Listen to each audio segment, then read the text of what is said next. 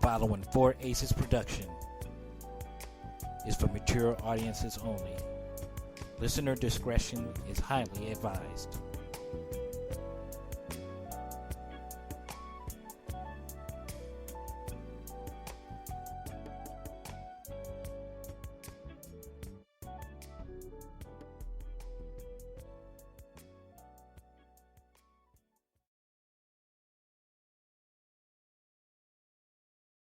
Yo guys, what's up? What's up? It's K Double here, back with Mr. Alpha after a couple of long weeks being quarantined in this COVID world that we live in right now.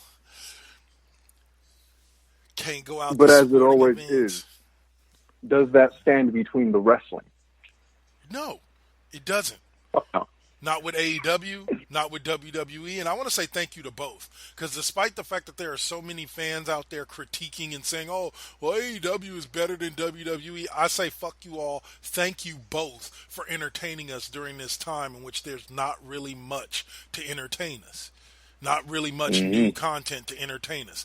Thank you very much for putting yourselves at risk, for putting your lives at risk, and putting your family at risk just to make sure that we're continued to be entertained. You know, so I just want to start out by saying that because I see too many people knocking one side or the other, trying to claim this or that. They're both doing the right thing by continuing to produce new content during this troubled time to be able to help keep us entertained. So thank you to WWE and to AEW. And I don't know if New Japan has been putting out new content. I haven't kept up on theirs recently. And same thing with Impact. I don't know. Yeah, they're moving things around for Wrestle Dynasty and such, but absolutely couldn't have said it fucking better myself. So, you know, like, the moment this all began, Cody instantly released a statement about, you know, this is their chance to provide that for people right now. Yep. If there is any time to provide that, it is now. And WrestleMania opened with Stephanie, despite any feelings about Stephanie opening with the same idea. Yep.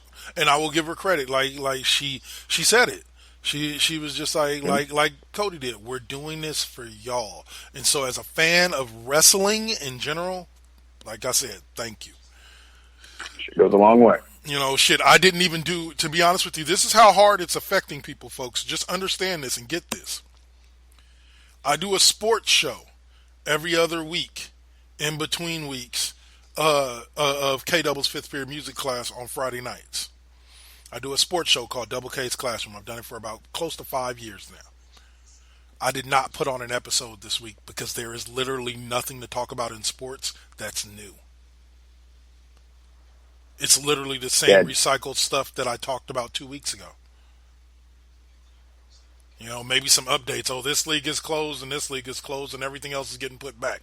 But that's about the only thing to talk about. So instead, I did another music episode. I did another KD5P because I couldn't think of anything to really do for this week's sports show. Now, West Coast Bias will be back probably next week at 3, just because of the fact, or this weekend at 3, just because of the fact that they haven't done a show since pre-COVID, so there's a lot of stuff to talk about for the guys over at West Coast Bias. But in general, crazy far. So another reason why I say thank you to WWE and AEW is they're giving us something new, you know, new content to talk about, to discuss, to give our opinions about, you know, by just continuing on. Sports couldn't do that, but you know they can't. You know, they can't, so it's canceled. But this is all craziness, man. Like, people can't leave their houses. Like, last report was this shit's airborne now. And if somebody that passes through an area, like, it can stay in the air for up to 4 hours. Yeah, no, there's all types of regulations now. They're thinking about putting lines for grocery stores, and quite frankly, I don't fucking blame them. Yep. Like, I don't like to get too personal, but, like, I did not take this seriously until I got laid off because of it. Yep. People are out here really losing their jobs and their livelihood because of this stuff, and that's not even talking about local businesses. Yep. The big chains, of course, the big chains are losing business, but can you imagine, like, the local places now, the people run by the people who live near you? Yep. It's absolutely dead and out of business. And it's, now I will give credit, like, places like California extended their unemployment, that if you own a business, if you're self-employed, you didn't use to qualify for unemployment. But now, because of everything that's going on, they've added a new category where you can now qualify if you are unemployed due to all of this.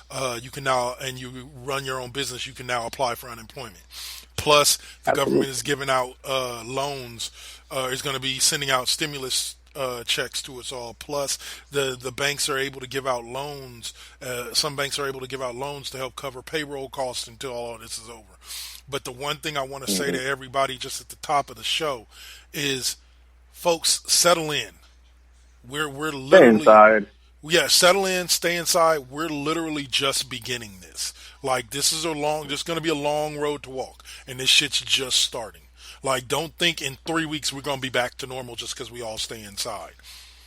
Like, we're not going to be back to normal until they discover a vaccine, which means they have to create the vaccine, test the vaccine, then test the vaccine on humans, then get FDA approval before the vaccine can be mass produced and given to everybody. So we have all those. Imagine the length that shit takes. Exactly. The shortest time it goes from testing to FDA approval is 6 months. That's the shortest amount of time. It could take longer than that. So please stay at home. You know, unless it's absolutely essential for you to go out. You know, you're running low on food, so on and so forth. Don't go out. Try to stay away. You know, if you do go out a lot and you have to go out because you're an essential worker, try to avoid, like, I haven't seen my mom since all of this started, other than on video chat. I refuse to go see my mother, you know, because that in the place where she's staying at now doesn't allow visitors right now because of all that's going on. So, but even when she was at my sister's house, exactly. You know, I'm looking to protect her.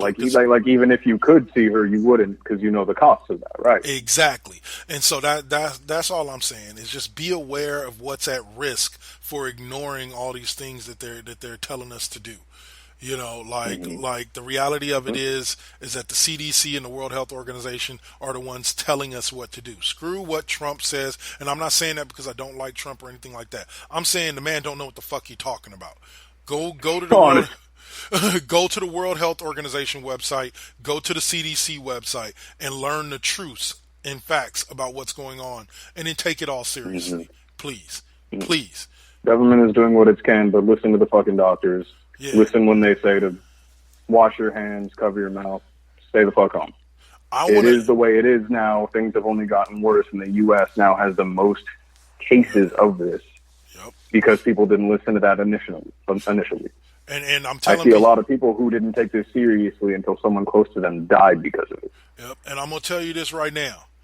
Y'all up here fucking it up for me because I got a chance to potentially go to my second Wrestlemania in my life next year. Fucking right. And if y'all fuck that shit up, I'm going to be mad because WrestleMania is supposed to be in LA next year. Now mind you, this is only Yeah, exactly. This is only the fourth time, I believe, in the history of WrestleManias in which it's been in California. Exactly. This is one of the fewest chances we will ever fucking get. Exactly. And y'all motherfuckers take that away from me. All because y'all can't stay your ass inside. I'm gonna be mad. So, but that being said, inside, I'm not gonna sit here and crack under the mass hysteria and tell you to fucking bunker down like we're all gonna die. But but just stay safe. How hard is it? Like, how hard is it? I know every single person that's listening to this podcast has called out sick to work on a day when they weren't sick simply because they just wanted to stay home. So just do that. Whatever you would do on that day, that extra day off that you give yourself, do that. Do that until they tell us we can come outside again. Hang out in your fucking house. You know what, guys? I went out and bought a PS4 when I got my taxes back in March. I'm glad the fuck I did. Or in February. I'm glad the fuck I did. Because now I have two systems and about 30 games between the two of them that I can play to entertain myself. I've got multiple laptops and computers to do shit on the computer that I need. I got these wonderful podcasts to do. Like, there's literally tons of shit that you could be doing to entertain yourself while you're stuck in the house. I had my daughter here with me for a week, and she was entertained every single fucking day. We had a ball for the entire 10 days that she was here. So get creative with it. All right, so that's 10 minutes of bitching at the people that are listening to get their shit together, even though they might not be the people doing it. But if you aren't the people doing it, pass along the message to the people that are doing it and tell them to get their fucking shit straight, all right? Summon them up a little bit. All right, so WrestleMania, day one. Let's start there. This WrestleMania had 16 or 17 matches total. Or 16 matches. No, 17 matches. There were 8 on the first day and another 9 on day 2. Exactly. And I would usually abhor that if, like, 3 of those weren't about 30 seconds long. Right. Weren't very, very short matches. So we opened up with Cross and Bliss taking on the Kabuki Warriors, and we saw new tag team champions crowned. Can I just say this? This whole no crowd thing has made me appreciate Nikki Cross even more than I did before. She is a jewel and a gem and just one of the best things about WWE. Her enthusiasm. She is one of those people that, like, she goes out there and you know she loves her fucking job. Exactly. Watching her on commentary with Michael Cole during the Bliss Asuka match on SmackDown a couple of weeks ago was just pure gold. Fucking golden. Please do that shit more. Give her a mic, goddammit. Thank you. She was awesome. Which, by the way, I'll throw this in there real quick since we're talking about WrestleMania. My line of WrestleMania outside of the Titus O'Neil one that we'll talk about a little bit later was JBL. When that nigga said, God damn it, Michael, I forgot who they were talking about. They were talking about one of the feuds, right? And it was something like hella funny that JBL said that was like hella just stupid. You know how JBL will throw stupid ass shit out there, right? And Michael Cole brought up like the actual facts and like contradicted him. He goes, God damn it, Michael. Don't let the facts get in the way of my point. I was just like, JBL, God, I miss you. God, I love you. Like, sorry, like little shit like that, like his self-aware of knowing he is the big brutish motherfucker of the commentary team. Like, please give me more. Oh man, but I'm happy for Nikki Cross and Alexa Bliss. I feel that they deserved it. I want to say that Asuka and them have held the titles for at least 6 months, if not longer. Oh, yeah, absolutely. And for what it's worth, they've done good with it as heels. They did. They did. Like, a lot of people are like, oh my God, I fucking hate them. And it's like, that's the point. That's the fucking point. That's something else I will bring up real quick. And I think me and you have had this conversation before, but I just want to put it out there again because I consistently keep seeing it. Being a good heel or a good face, or should I say, sorry, let me restate this from the beginning. Getting booed does not mean you're a bad heel. Getting booed does not mean that you don't know what you're doing because these guys are all critics and they're booing you because you're doing bad.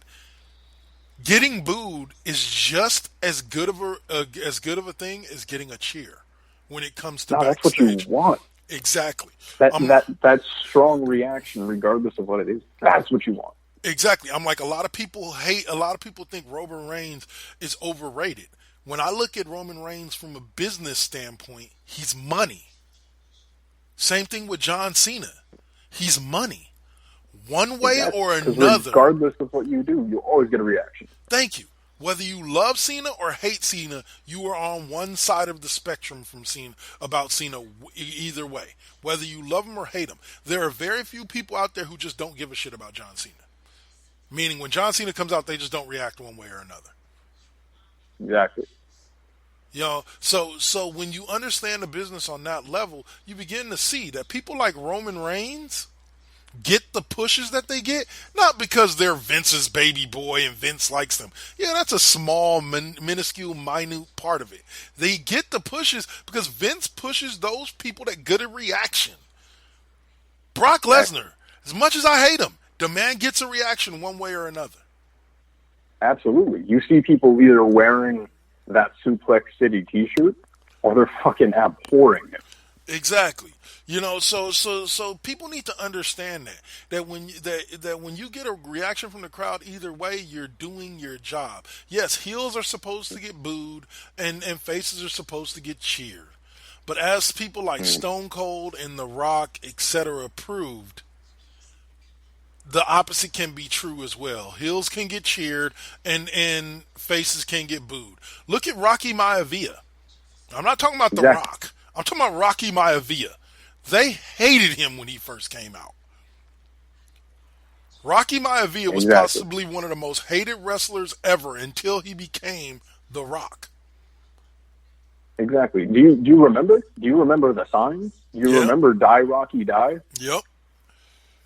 And so no, people. He wasn't disliked. He was hated. Yep. Oh, and I'm letting you know now, especially now that I know that at least on paper she's single. My biggest crush in wrestling is on Alexa Bliss.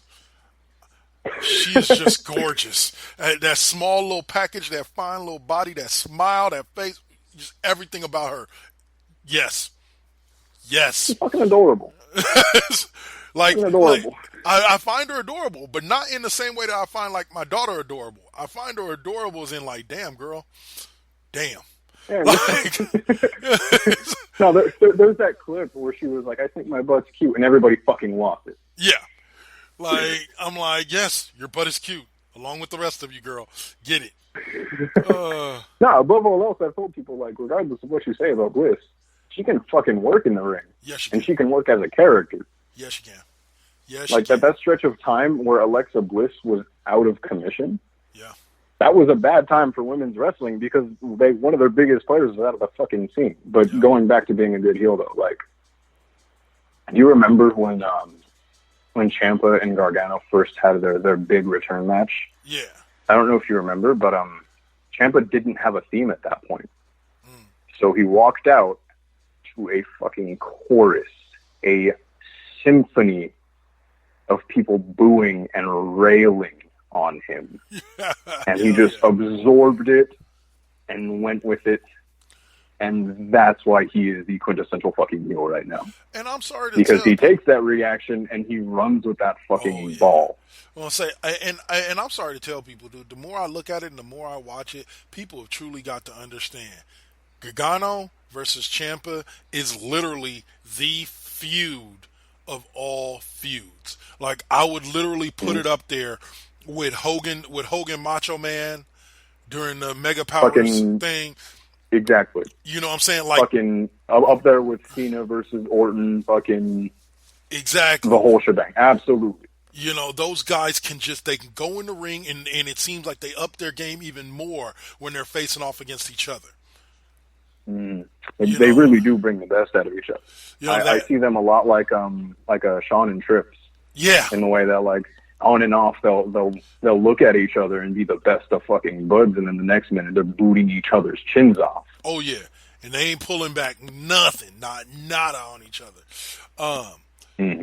But a match that was not as good of a feud as a lot of people would have thought, and maybe it's just because of lack of time to build it up, was the Elias Baron Corbin match. That they just didn't give that feud enough time of build up to really get it over. So I wasn't really that impressed by the feud. The match, I ended up giving a B+.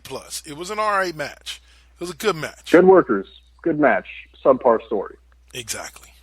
And so the ending didn't have a result on the final grade of the match either way because the storyline was that horrible.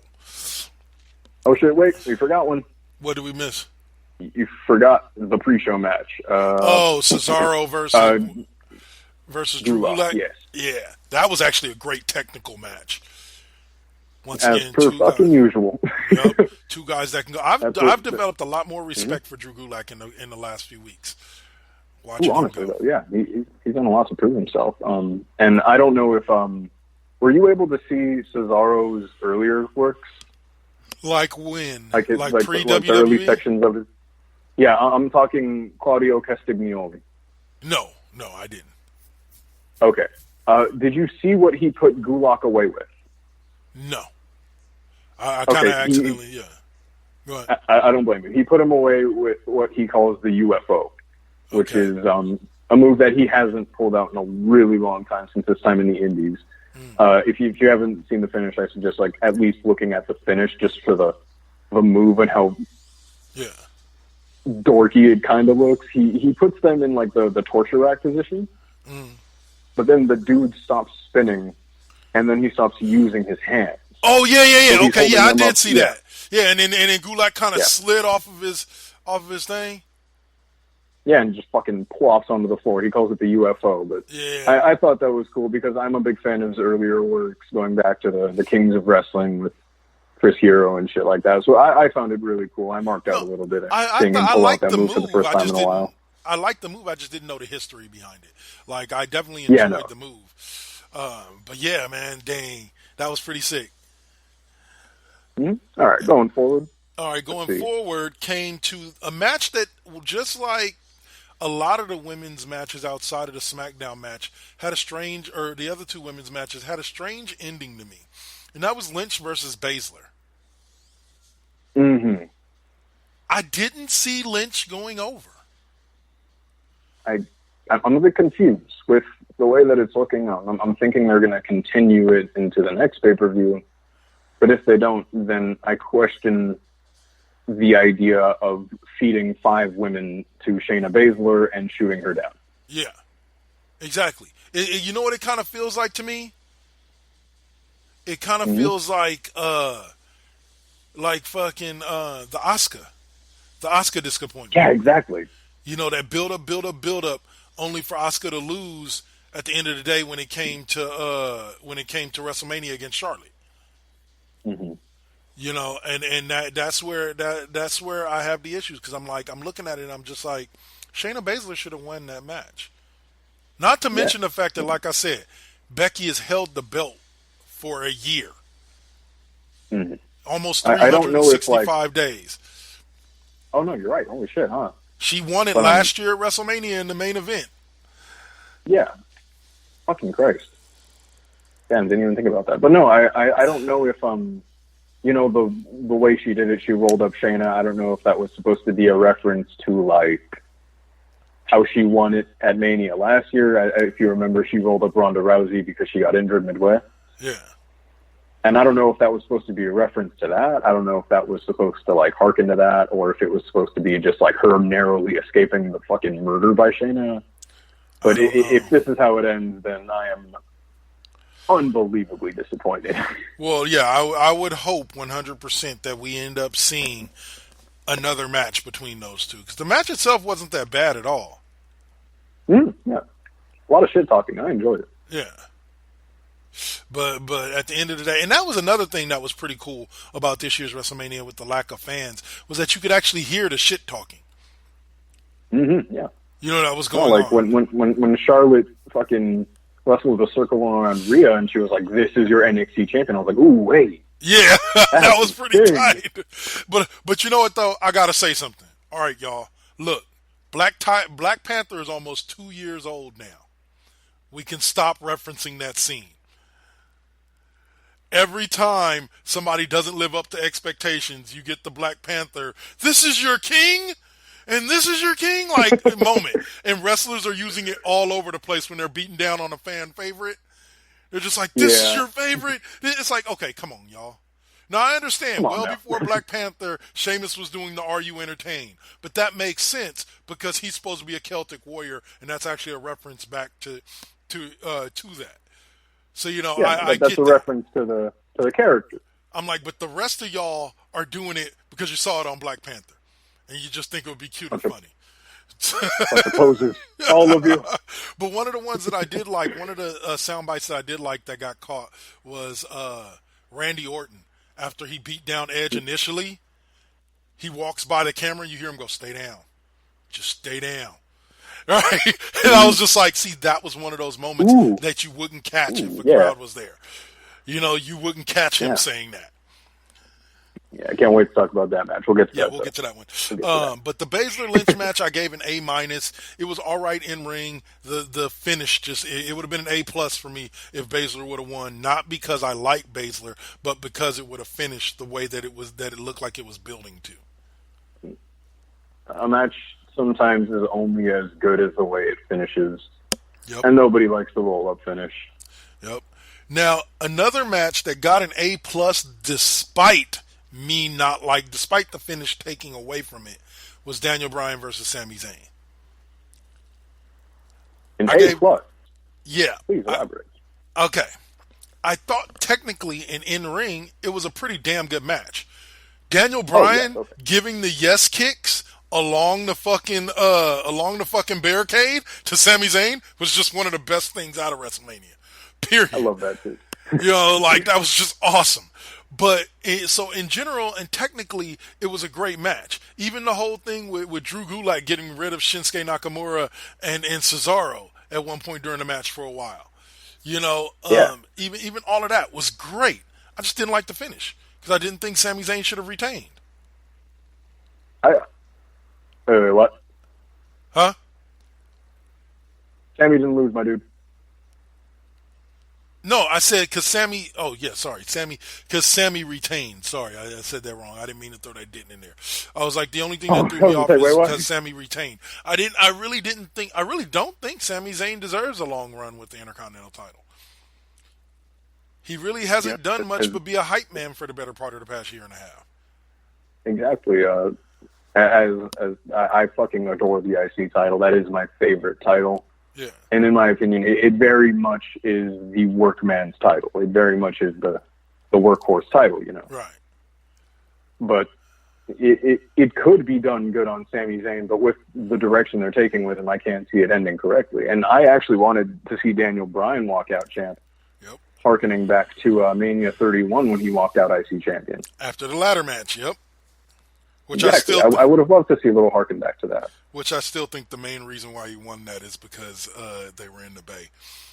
Like I've said that ever since day one. I was like, if that WrestleMania takes place anywhere else, he doesn't win that belt. Sure. But it did, and he did. So, and it was great. But the best part about that match was how it started. And I don't know if you remember, but I have never, ever forgotten how that match started. What? Because that ladder match. Okay. I don't know if you remember, but it started with everybody coming into the ring. Bad News Barrett was the IC champ at the time. And the last person to come out into the match is my father. Dean Ambrose comes out. He runs his happy ass out, and he runs into the ring.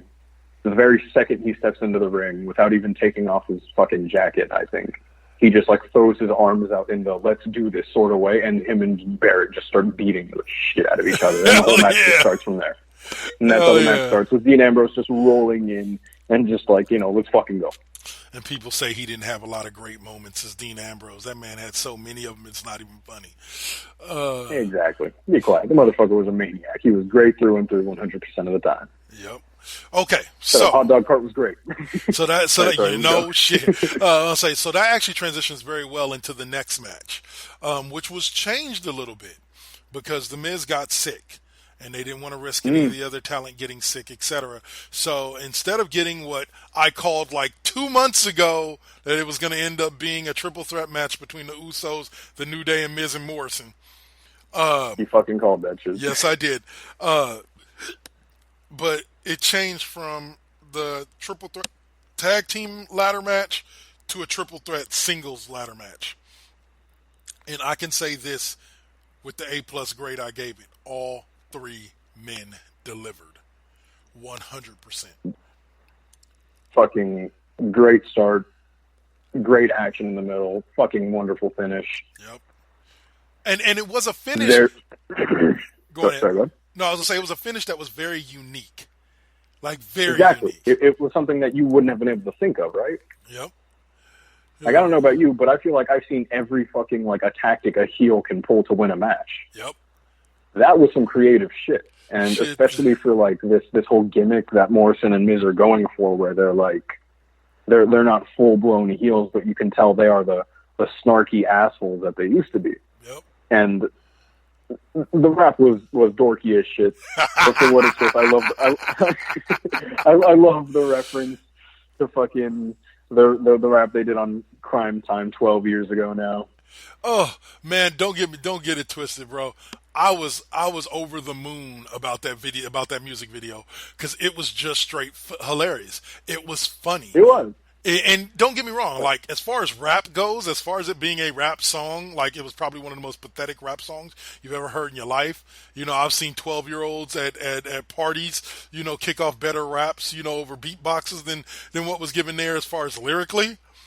But overall, it was a great video. Like, the feel of the video, the look of the video, the things it was just great. Everything about the video was awesome. Completely fucking self-aware. I loved it. It is the shit that Morrison and Miz do when you let them have that freedom. And I'm waiting for Usos or New Day to come up with instead of hey hey ho ho. What did they say? Miz and Morrison, something. Hey hey ho, yeah. Yeah, I'm waiting for Miz. I'm surprised they haven't yet. I'm waiting for New Day or Usos to come out talking about hey hey ho ho. The Miz and Morrison have got to go. Hey hey. Ho ho! Like, I'm just waiting for it because it's just too easy of a transition. Exactly. It would be great. The Starship Moon. I mean, yeah, Starship Pain off of the fucking ring post onto an elevated Jimmy Uso on the ladder was creative, to say the least. Oh hell yeah! There was that, like, they still have that that little bit of camaraderie between the Usos and the New Day. You see Uso and Kofi, like, having little bits of really respecting each other. Yeah, big time. And I enjoyed that. Yeah, there's that little idea of, like, you know, those are the two guys that have really beat the hell out of each other the past year, whereas Morrison's now the wild card. Right. Oh, and I really liked the direction that took. That shit was great. Loved it. Oh, trust me, that whole bit with Kofi Kingston and Kofi walking around talking about, sorry, Us, gotta do this.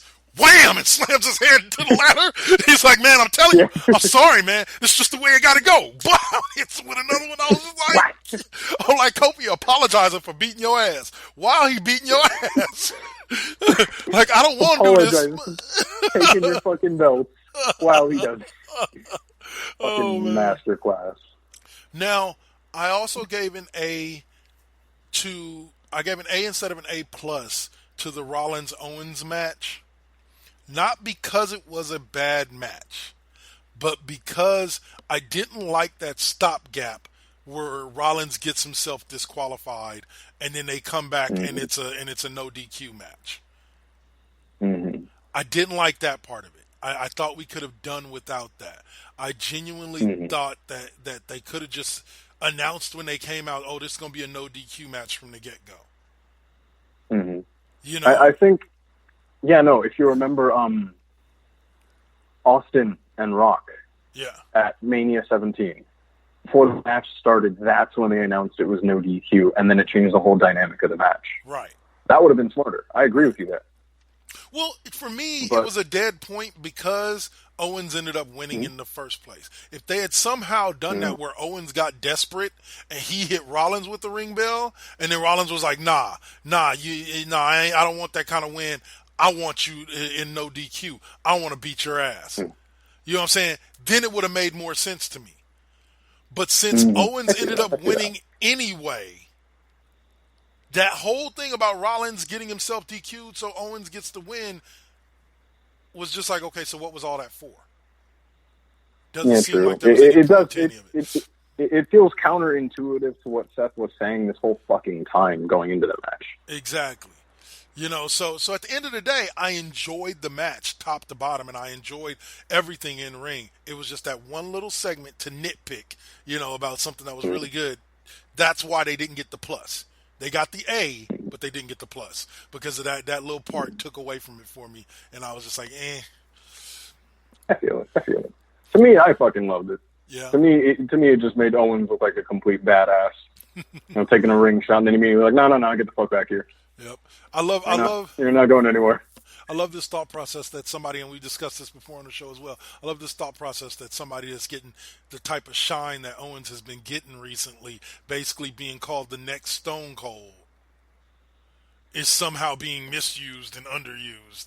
And just because he doesn't have a title, I don't know exactly. if you can say what you want, but that blood feud stole the fucking show. It might not have been the best match, but it is one of the most notable. Oh yeah.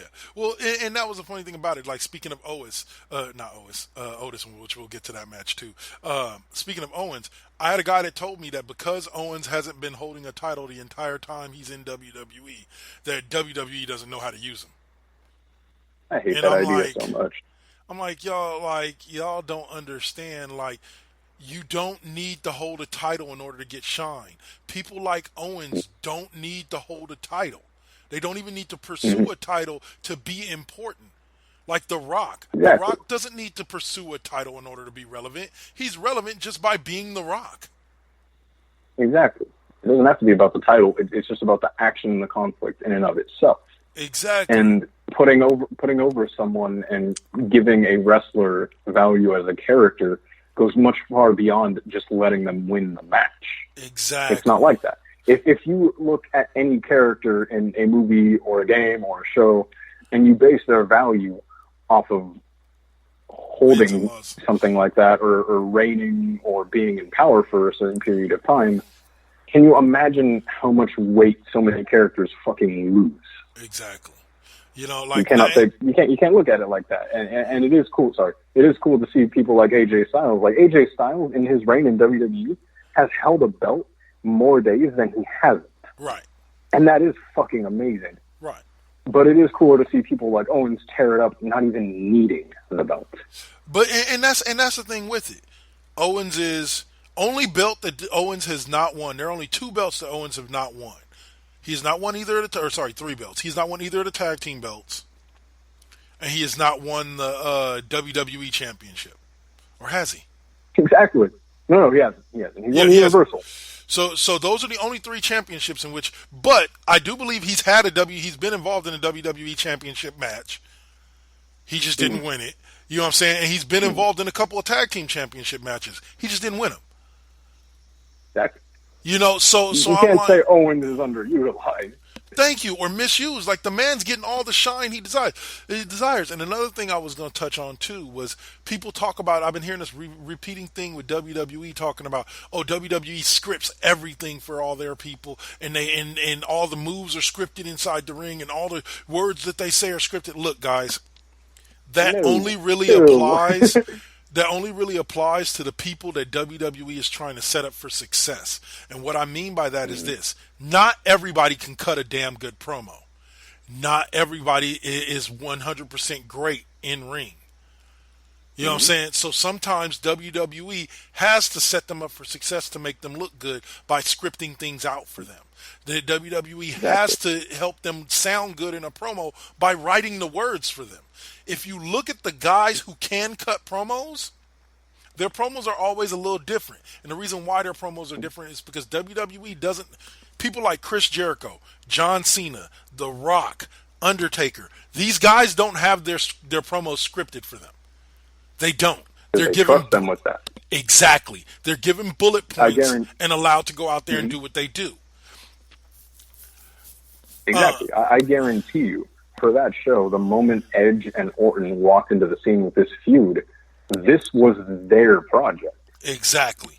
You can tell this is their thing, and when they go out there and they speak, it doesn't feel as robotic as like fucking Gronk when he talks. Like, don't get me wrong, I adored Gronk as a host, but you can see through how scripted that is. Exactly. And then you see someone like AJ or Edge talk, and you can tell that shit comes from the heart.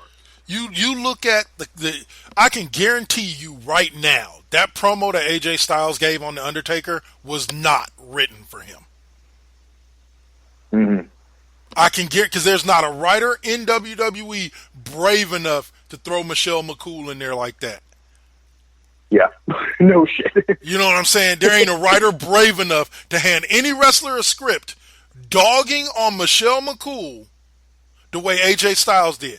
That comes from AJ knowing Mark knowing AJ, and AJ knowing Michelle McCool.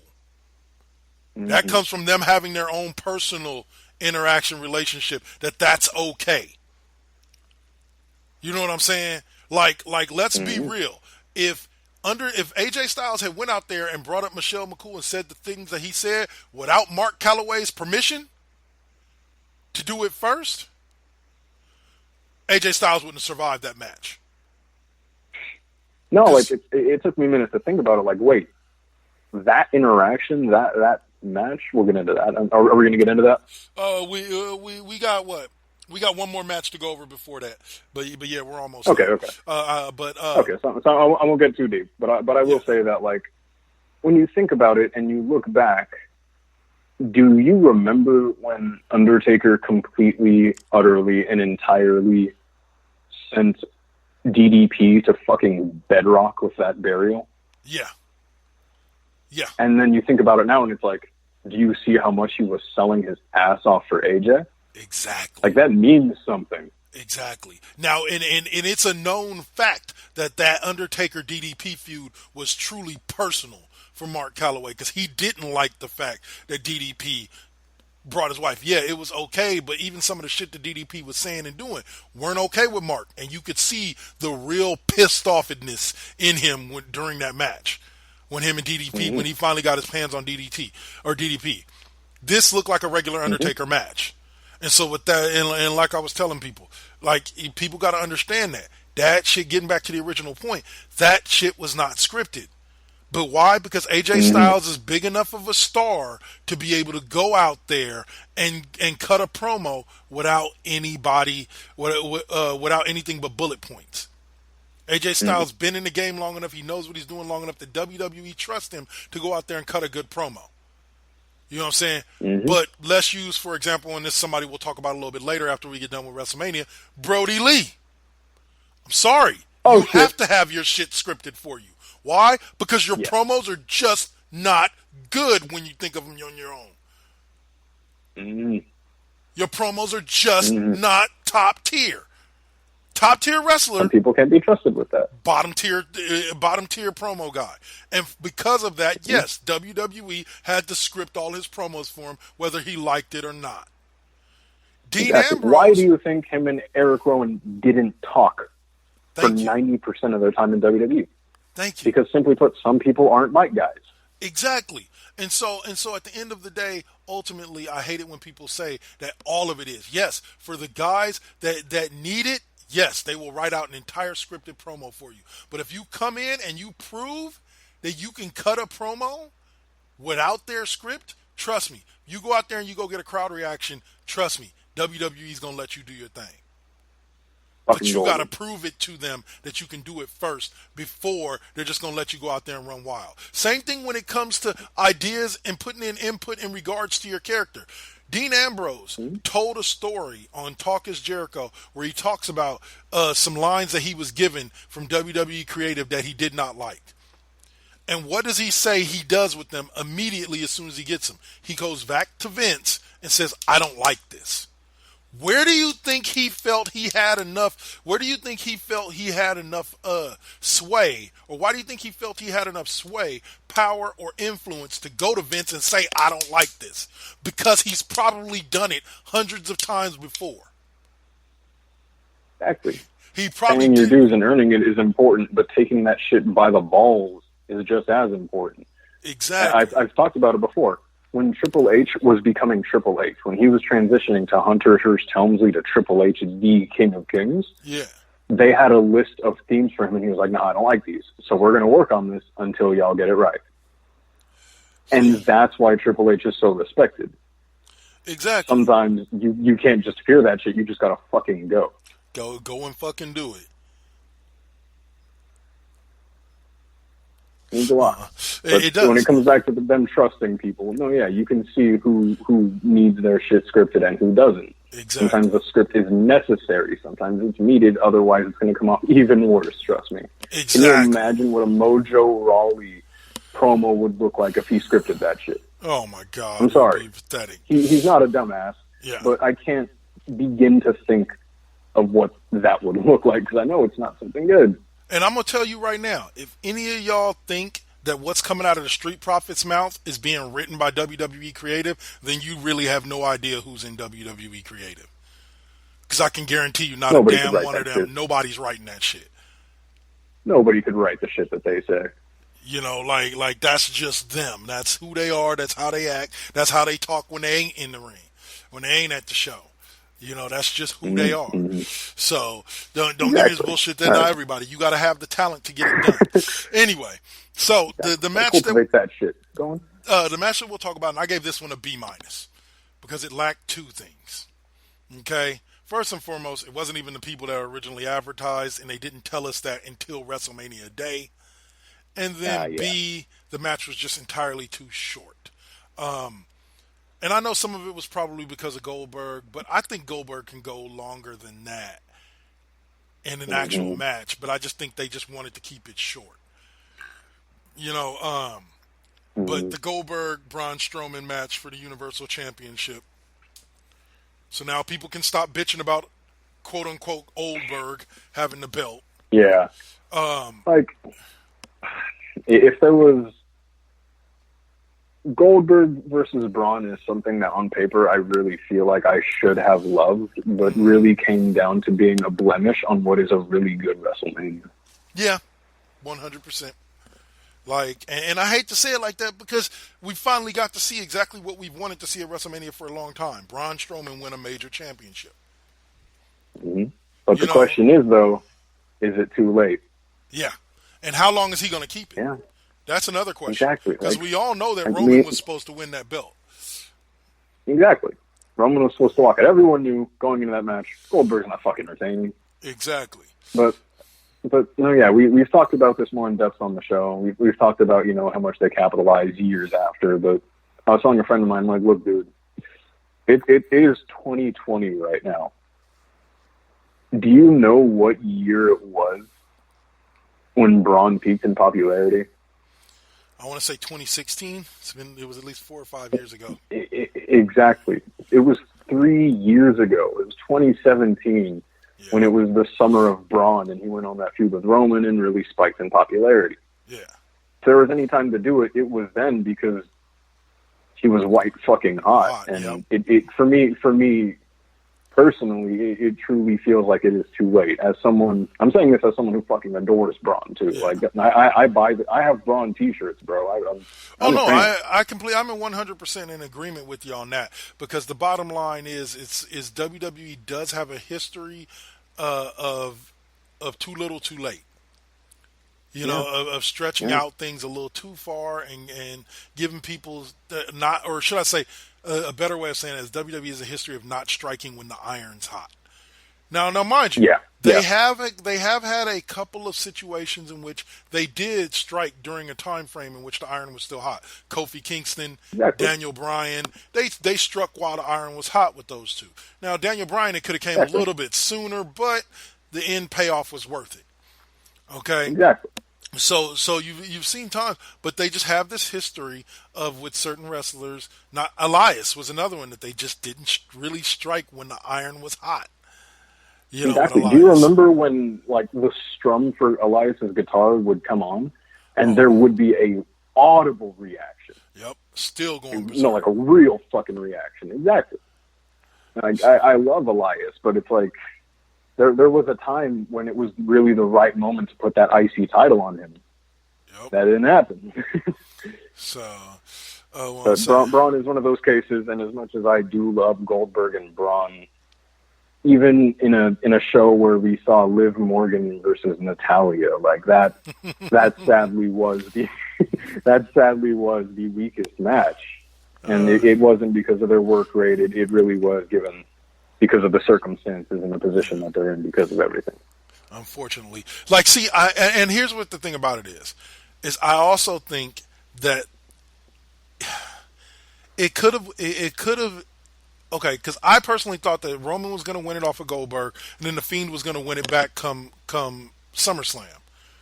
But what could have been for a great feud in between would have been, whatchamacallit, winning the belt, Roman running the belt, or Roman feuding with Braun over the belt, which would have elevated Braun again.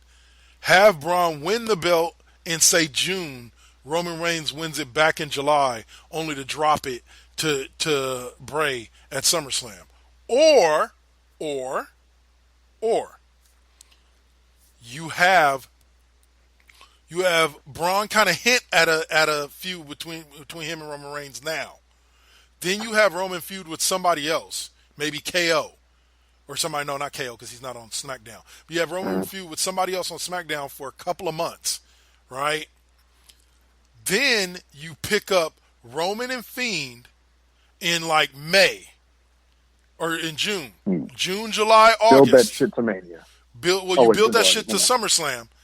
Fiend wins it at SummerSlam, right? But instead of giving you, and here's where the swerve comes in. Instead of giving you Roman and the Fiend, or Roman and Strowman, which everybody thinks, now Strowman's coming for Wyatt's head for how he treated him when they were in the Wyatt family. And now you have an already self-built-in storyline. Exactly. Now suddenly that story doesn't have 6 months of development. Suddenly that story has 4 fucking years of development. Exactly. Suddenly, that's a lot more weight to a feud. 100%.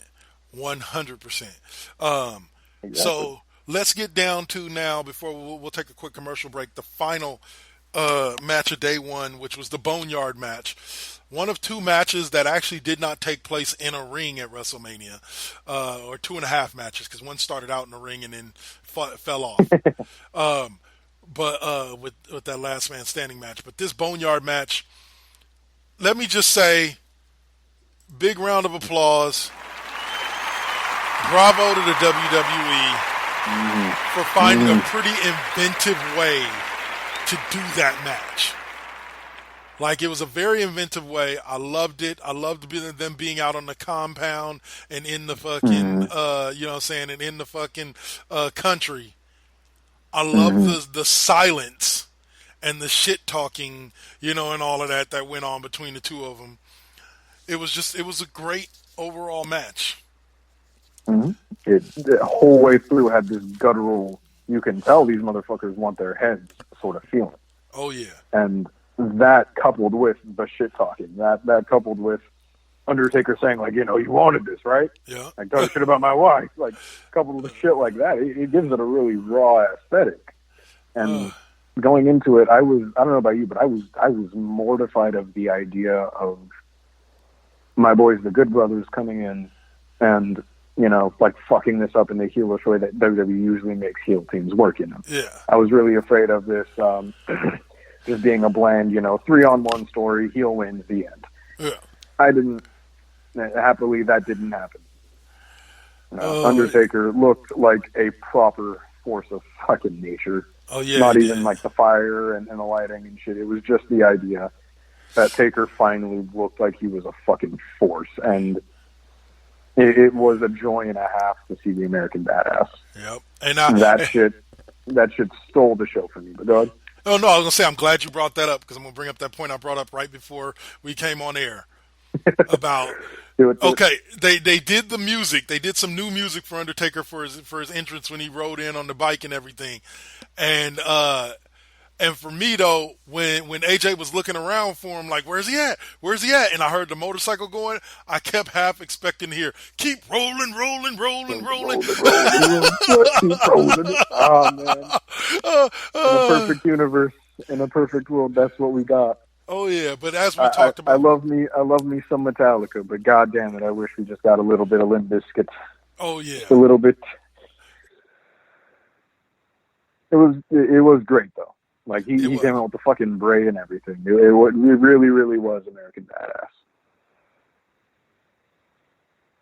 Badass. Kind of reminded me of that song I was telling you about. That Johnny Cash song I was telling you about, or that we were talking about before, when they gave him that entrance in that song. Oh, God, did I love that song. When he came out to fucking Johnny Cash, that shit hits differently. Oh, yeah, it does. That slap, too. Just that little, that slap. Oh, love it. Okay, so, needless to say, Taker, AJ, they stole the show on night one, but only because of the fact that, night one really wasn't too eventful, if I'm being honest, too. I'll say for that, it really wasn't too explosive. I'll give match of the night on night one to the triple threat ladder match for the tag team titles. Respectable. For me, it was Owens and Rollins. I love that match to death. But nice. Taker versus Styles really was a close second. I feel like they've really been struggling to make Undertaker look like he's still a physically imposing force. Yeah. And in this match, he just was booting the shit out of everyone, and I loved it. I'll take it. Even though, I'll be honest, love me some Undertaker, but dude's getting a dad bod. Let's just be homie, real. Homie, put it down. Dude's getting a dad bod. And I'm not saying that to be mean to him. I'm saying that because it is what it is. It's dad bod. That vest was there for a reason, my friend. Yeah. But anyway, all right. So let's take this commercial break real quick, and we'll be back to talk some more WrestleMania and a little bit of pop culture. You know, we don't want to run a little bit over. We don't run that far over 2 hours. So we'll keep it as quick as possible. We're already at an hour so far. So thank you for listening. Yep. You're listening to the Cheap Pop Podcast right here on the 4Aces Presents Radio Network. Spreaker.com, iHeartRadio, Spotify, Apple Podcasts, Google Podcasts, and wherever you may find your favorite podcasts. Interruption in progress. Now hijacking into ANS 2.0 immersion rig. Now simulating the amazing nerd show. Featuring comics. And Batman's like, you're safe here and everything, but the Joker all of a sudden pulls out a gun and shoots himself. Movies. People fight with lightsabers. What the hell do you want? I mean, in every one of these movies, there's a lightsaber battle. Yeah, no problem. I'm gonna rewatch it a million times. Yeah. I'm just saying, give me something more. Wrestling. That would be awesome. Oh my god, just a monster. Fans would be like, holy, what the hell's going on? What happened to Jericho? Horror. It starts off like any other like home invasion type of story, and then it just goes crazy. And more. Hey, this is Christian. Hey, this is Damon. And we are the Amazing Nerd Show. Make sure to download us on all your favorite podcast platforms.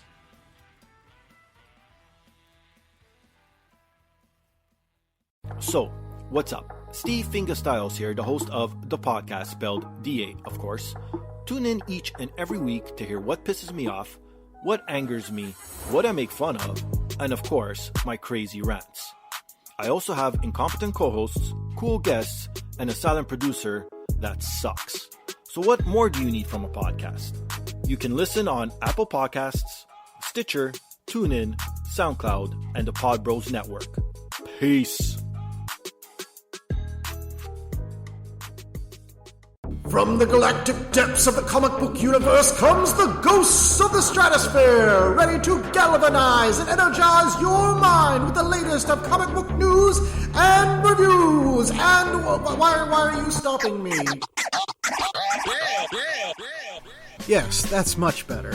Hi, this is Andy Larson for Ghosts of the Stratosphere. Join me every week along with my co-hosts Rob Stewart and Chad Smith, as well as a cavalcade of fantastic comic book guests, as we dish out heaping helpings of the greatest and latest of comic book news and reviews. New shows posted every Tuesday with bonus shows every first Friday of the month. You can find us on iTunes and Stitcher under Ghosts of the Stratosphere, as well as on our website, www.gotstratosphere.com. Hope to see you soon, folks.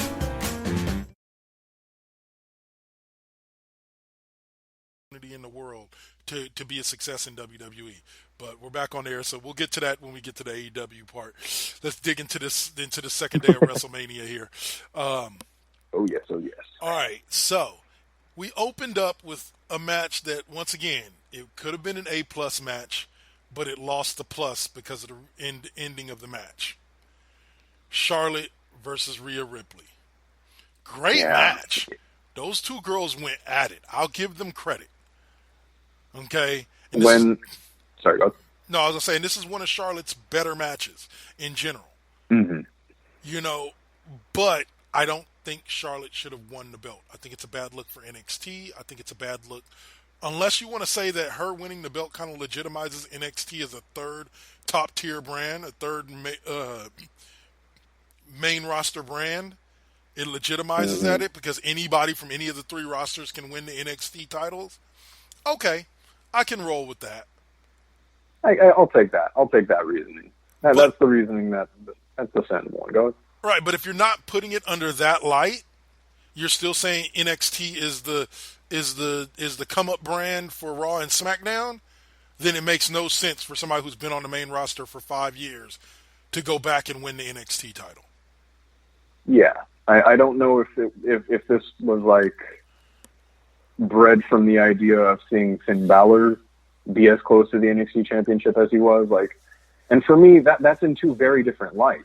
This feels less like it would if Finn Balor won it, and feels more like if fucking like John Cena went back and won the NXT title. So just like why? Exactly. We just like I feel very strongly about this match, mostly because, in my opinion, it shouldn't have even happened. Yeah. Like as much as I love Rhea Ripley, I love, in my opinion, that's my favorite fucking female wrestler right now. She is fucking badass. Exactly. The female warrior right now. I'll take that shit and I'll run with it. Don't get me wrong. But Rhea Ripley shouldn't have even been a part of WrestleMania this year, in my opinion.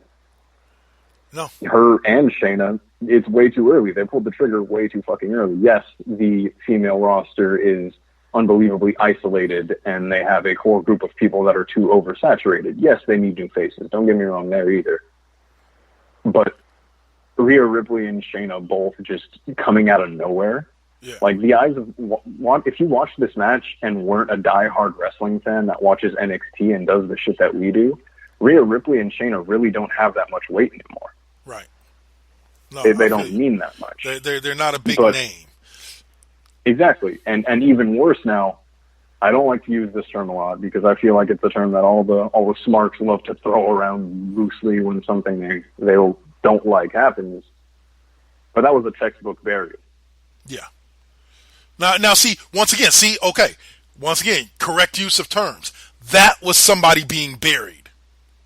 Mm-hmm. I got into an argument, and that's where you just triggered where the KO not holding a championship and not being relevant came into play. I was discussing with somebody the fact that he said after facing the Fiend, or after facing Goldberg, the Fiend and KO were buried. That Goldberg buried them. And I'm like, how do you figure when KO is like one of the biggest stars in WWE? Like, he's on TV every week. He's winning matches left and right. He's in a main event feud with one of the top tier guys. How did he get buried? Exactly. Like, people were always like, oh, he lost the Universal Championship. Yeah, and what did he do right after? He went into Mania 33 and wrestled Chris fucking Jericho. Thank you. I'm like, and that's and where then the guy he fucking beat him. Thank you. And that's the one where the guy was like, well, I was like, what makes you think he got buried? I was like, he's like, he hasn't had a championship run in a while. KO doesn't need a championship to be relevant. Exactly. And what championships he has, all that shit has been legendary. The matches he had with the IC title were fucking magical. His reign with the US title, where he became the face of America, that shit was golden. Inject that shit into my veins. I loved it. Now let me explain to people why the Charlotte thing was a burial. Because you brought somebody from effectively what is the main roster down to take a championship from your basically your minor leaguers. Yeah, you know what I'm someone saying? That you've been building up for how long now, too? Exactly. So it made no sense, not only for Charlotte to take a step down to win a championship that she's already won and surpassed, but you're also saying that Rhea Ripley isn't ready for the main roster by having her lose to Charlotte Flair. Now, once again, all of this changes if you're trying to tell me that Charlotte winning it legitimizes NXT as a third main roster brand. That's the only way any of this changes. But in every other scenario, Charlotte is burying Rhea Ripley, even though they don't even probably see it like that in the back. That was burying her because there was no reason. As a fan, Rhea Ripley just went from a badass to kind of an okay warrior sort of thing. Like, it would be like she got stepped down a notch. Right, like you stated, it would be like having John Cena come in and win the NXT Championship from Adam Cole. Just wouldn't make sense. It's like it's a textbook burial. It's something that didn't need to happen. This reminds me less of Finn Balor going back and feels more like when Triple H fucking planted Sheamus at Mania 26. Exactly. When Sheamus was barely coming up. Oh, and let's be real. Daniel Bryan got buried by Sheamus. You want to talk about a burial? Oh, that's a fucking movie. That was a burial. A 15-second match, one move, and you're done? And you lose the chip on top of that? In a championship match at WrestleMania? And you get knocked out in 18 seconds? That's called a burial. Done. Exactly. And you know what I'm saying? You're right with your point, where that served a purpose, though. Yeah. That meant something later on. Right. You know, when he But finally... if this doesn't mean something later on, this whole changes. Exactly. Unless you're going to give me Charlotte and Rhea Ripley at the next NXT TakeOver event and Rhea wins the belt back, but Lord knows when the hell that's going to happen. Literally, the last TakeOver was fucking canceled. Yep. So, and I thought for sure, since they were taping all of the WrestleMania matches, that they would tape the NXT matches too, just bring them in on a different day and tape TakeOver. But they didn't. They moved one of the matches to NXT, and then the rest of them just all got canceled. Which, by the way, I have to bow down. Dominic Dijakovic, Damian Priest, Keith Lee, Match of the Year candidate. That shit was dope. I don't care what nobody says. This is not the first time these dudes have like all faced off each other, and every time they do, that shit is straight magical. Oh man, I was watching. Once again, I told you what my scale is. My mind is always split doing two different things at any given time. Okay, only time it's really not is when I'm doing the podcast. That's the one time when I'm focused on exactly what I'm doing. But normally, like even when I'm playing video games, I normally have like a TV show running on my computer in the background. Okay? I feel that. So here's the deal, right? My rating system goes like this. If your match is good enough to draw my attention away from whatever else I'm doing and focus it more on the match, that's some shit. Then whatever I'm doing, then you've got a good match. And I literally had to stop doing whatever I was doing. I believe I was reading something for school. I literally had to put it down and put it to the side to finish watching that match after about 2 minutes into the match. Because that's just how good that match was. And so, like, yeah. But that's a whole different subject because that was the NXT right before WrestleMania. But I just wanted to bring that up. That match was my example of one of the best matches I've ever seen. Like, that was just an amazing match. You're not fucking wrong, dude. Those dudes poured their hearts into what they do. Dijakovic and Keith Lee are two of the most consistent fucking workers right now, dude. Yep. And no, like this is your weekly alpha PSA that NXT is putting out the dopest shit on a week-to-week basis. On a week-to-week. I don't care if they are losing in ratings to whatchamacallit, which I've told people on countless occasions. People have got to understand this. You can't go off of base numbers when it comes to WWE ratings. You can go off of base numbers with Raw. You can go off of base numbers with SmackDown. And the reason why you can go off of base numbers with those is because they're not available. No, matter of fact, let me take that back. You can't. You can't go on base numbers with either one of those. You have to go on the. You're not adding in all the people that watch on Hulu after the fact for SmackDown and for Raw, and for NXT. How many platforms does AEW run on? The TNT app, YouTube, and TNT, where it airs live. How many different places can you find Monday Night Raw? My fucking God. You can find it on the network. Exactly. You can find it on Hulu. You can find on USA Live. It's like, and what my ultimate point was is that there's a lot of numbers, especially the numbers from the network with NXT, that just get left to the side. Understand, folks, NXT was doing 900,000+ views a week on the network. Now, I can guarantee you almost half of those numbers moved over to watching it on TV instead of watching it on the network. But there's at least half of those people that still only watch it on the network because that's the only way they can watch it. They're not home live to watch it on Wednesday nights. So you have to add in all those numbers. And I can almost guarantee you, if you add in all those numbers, it will surpass NXT's or AEW's numbers every fucking week. And it's like, I hate to say it like that, but it's just the truth. AEW, I love them. But at this point, they're a low-level TNA. They haven't even reached TNA at its peak yet. They're close, but they haven't even reached Impact Wrestling at its peak. Or WCW when TNA was at its peak. That shit was on another fucking level. You know, but at the end of the day, ultimately, NXT is a great brand. Like you said, hottest thing going in wrestling right now. AEW can claim that because they're the new shiny thing.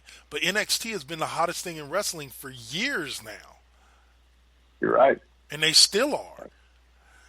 there are very few times where I'll watch NXT and I'll actually actively be bored. Right. Like, even in the segments that aren't even for me, they still find a way to entertain me.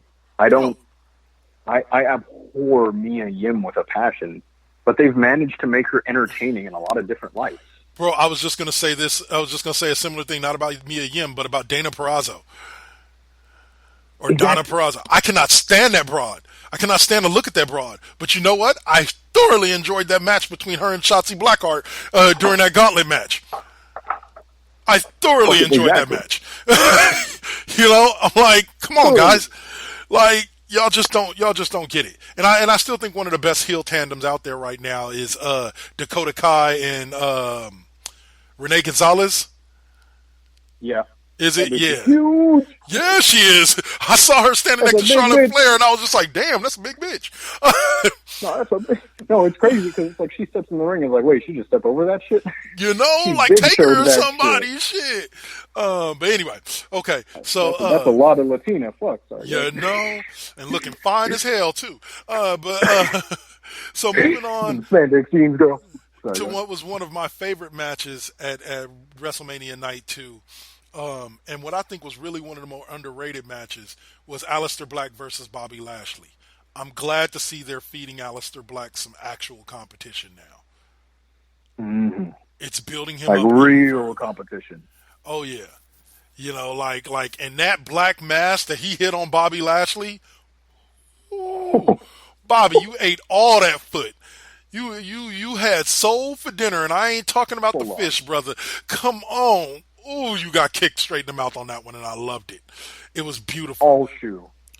You know, like, my only gripe with it is that we literally just spent 9 months building up Lana and Bobby Lashley, and now we're already seeing them, like, there's already that little bit of friction. Yep. Like, don't do this. You just made me watch that dumbass feud.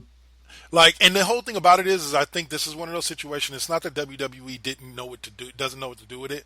WWE didn't expect it to get such a negative reaction. They thought the feud was going to get a better reaction. Now, I'm pretty sure that if it had gotten a more positive reaction, we would see things going in a different direction with those two. But since it got such a negative feedback, they decided, like any good company would do, instead of just dropping the angle altogether, they're going to bring you to conclusion on angle probably a little bit sooner than they would have had the gimmick been popular. But they're going to bring you to total conclusion, you know, and so that's the way I see the Bobby and Lana thing, is that you've invested so much time in them to this point, you kind of have to keep them together and have it see through, even if you don't get the crowd reaction that you wanted. That's true. If it means that we'll be able to see Bobby Lashley going forward as an actual competitor, as he should be, then I'll take it. Because as you know, like you've seen Lashley's best work, and so have I. Yep. If you haven't, look at his biggest matches in TNA, and you will understand that really Bobby Lashley can fucking work. He can go. He is someone that can be trusted with that top spot, in my opinion. And unfortunately, he just doesn't get over with the WWE crowd the way he does elsewhere. Yeah, I've noticed. He has a very awkward placement in the WWE crowd. And people can say it's bad booking, but I don't think it is. I think he's been given pushes, and I just don't think he connects with the WWE crowd. Like, I'm sorry, that Sami Zayn versus Bobby Lashley feud was brutal to watch. Yeah. Primarily because of all the talking that was done. Like, Bobby Lashley is not a talker. He has what I call Mike Tyson syndrome. Yep. Oh, no shit. That high-ass voice does not work for as big of a dude as you are. You know, that high-pitched voice just does not work. So it's like Bobby Lashley needs to be given a spot where he has somebody that talks for him and he doesn't talk that much. Because, like you said, the man can go in the ring. I adored seeing Leo Rush because he was the talker for him, you know? Mm-hmm. And I thought they could have done a lot more with that. Like, I think it was just people's negative reaction to Leo Rush that caused them to end that. Because in general, I like I told you, I liked him. But I think it would have worked better as a talker/doer situation. Mm-hmm. If they would have put him in more tag team matches with them and you know what I'm saying, stuff. But he also did the main talking. Like maybe him and Bobby Lashley are a tag team as opposed to him managing Bobby Lashley. and he just happens to be the one that does all the talking. You just gave me the best fucking idea. You know that? You know. Do you remember in TNA? Do you remember the group known as MLK? Oh my God, yes. I can't remember who was in it, but yes, I remember It the was group. MVP. It was MVP. Fuck, I forgot. No, who is it? Oh, I forget who it is. But the L was someone. I'm stupid. And the M stood for MVP. The L stood for Lashley, and then the K was I think it was Kenny King. Okay, I'm about to look it up right now, so keep talking. But they formed MLK in TNA, Okay. and MVP and Lashley have a really fucking good working relationship. So honestly, if MVP can be that for Lashley, that'd be fucking perfect. Hold on. Because now that MVP is there, that'd be perfect. Oh, his group in TNA is not called the MLK. I thought it was. Oh, hold on. I'm looking at a tweet from MVP himself. You see the one where he was like, I would be interested in that if WWE was too, because I've seen that one. Okay, here we go. It's popping in. I had to put my phone's really slow at pulling up Twitter. I was adamant that our clique not be another black stable. Mm-hmm. Oh.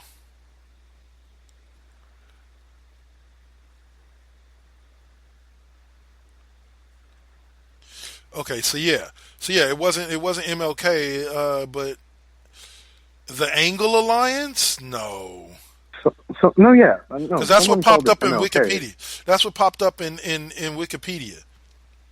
The hell? It's headed by Kurt Angle and briefly Christian Cage on a self-proclaimed basis. Oh. Team Time. Okay, so no, yeah, this has nothing to do with that. I don't know why they even brought this up, but I've forgotten about this. Team Angle, Kurt Angle, Christian Cage, AJ Styles, Tom Cole, Karen Angle, Robert Roode, Miss Brooks, Jeremy Borash. Huh? That's old as shit. Yeah, I remember from that. 2007. Yeah. Okay, so I don't know what they were called, but according to MVP, they were not called the MLK. But that group that you're talking about, I do know what you're talking about. You remember them though, right? Yes. Like, I remember that they did a lot of fucking really intense promos and shit. Could have been Kenny King? On MVP's end, but yeah, it was Kenny King. Remember? Okay, yeah, because I remember Kenny King being a part of TNA for a while. So yeah, okay, no, so it was when MVP, Kenny he was King, with them, and he was Lashley. yeah, because they were called MLK because altogether the first letter of their names all made MLK. Huh. But no, yeah, just if they were able to put MVP in that position again with Lashley, I'd fucking love that. I adore MVP. I would adore it. Yeah, hell yeah. All right. Oh, the Beatdown Clan, huh? Yeah.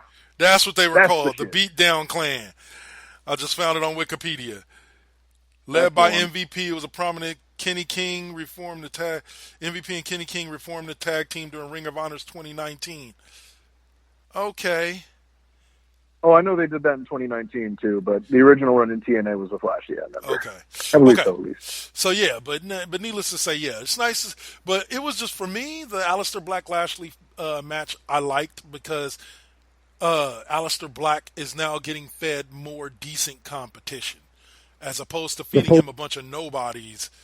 You know, they're building him to be a main event star by feeding him main event stars. There's a lot more power in beating Bobby Lashley than there is fucking any other jobber. And AJ Styles than there is, you know what I'm saying? Even if you did beat him, exactly. still got the pin on AJ, you know. So that's still a win there. So it was nice to see Aleister Black finally have his WrestleMania moment with the black mass heard around the world.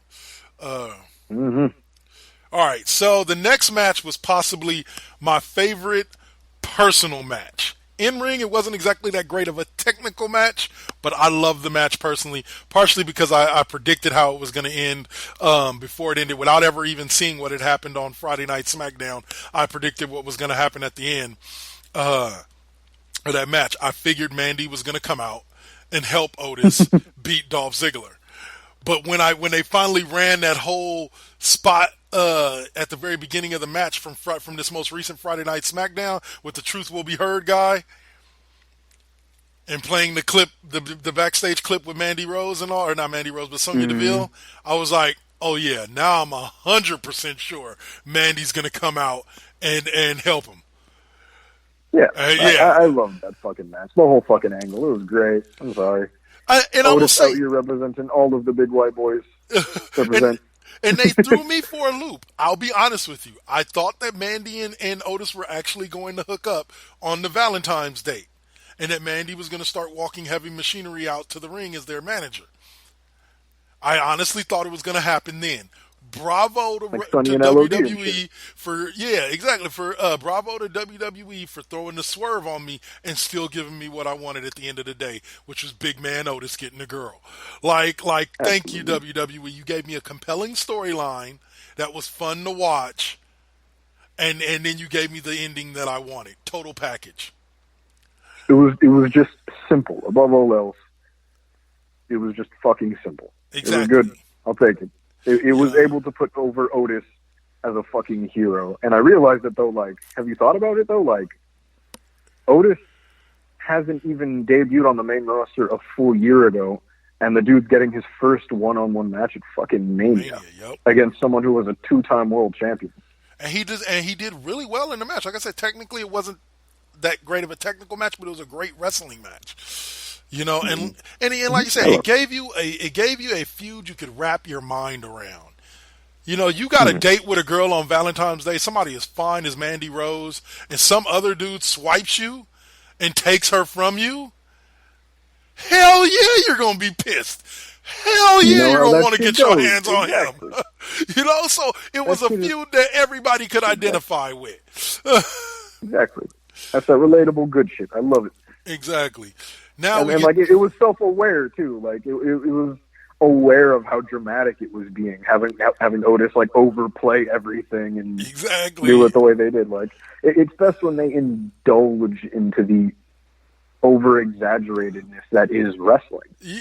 Oh, bro, that's when you get the most entertaining shit, and that's why we get some big, massive man like Otis getting the model that is Mandy Rose. It's fucking great. And one of my favorite parts about it was him walking up the ramp with Mandy going, "Purdy lady, Purdy. I love him. Otis is fucking good. Every so often you will see someone that's like, yeah, that's the next WWE guy. Yep, and I do that's like the guy that's getting the t-shirt.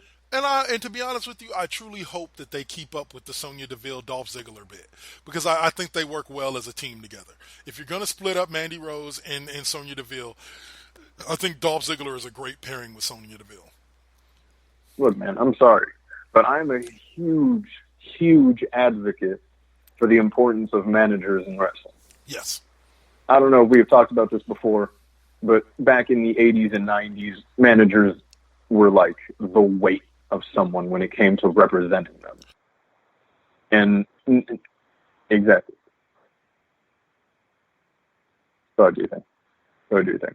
But the importance of a manager when it comes to the wrestler is something that I've always been really passionate about, because you see it change. Like Macho Man was the shit, and you always will be the shit. But adding in Miss Elizabeth sort of changed the whole dynamic in a way that completely pushed him forward.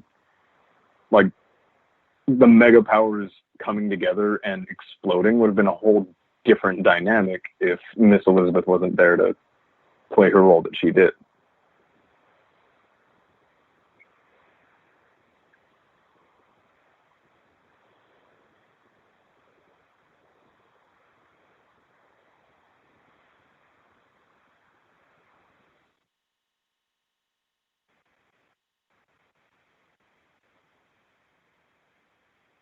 It's all good, bro. I finished my point not even 10 seconds ago. Good shit, bro. All right, cool. All right, and we're back. So we're going to kind of move on from the Otis one to get to the match we've been waiting to talk about for a while, and that is Edge versus Randy Orton. God damn, was this a match. It did go a bit long, no doubt. Yeah, I thought it could 35 have ended minutes about. definitely was a stretch for this match. Yeah, I was like, yeah, it could have ended probably about 10 minutes earlier. But I think if it did, it wouldn't have given me the moment of the match. And I'm sorry to say it, or not sorry to say it, but I'm happy to say it.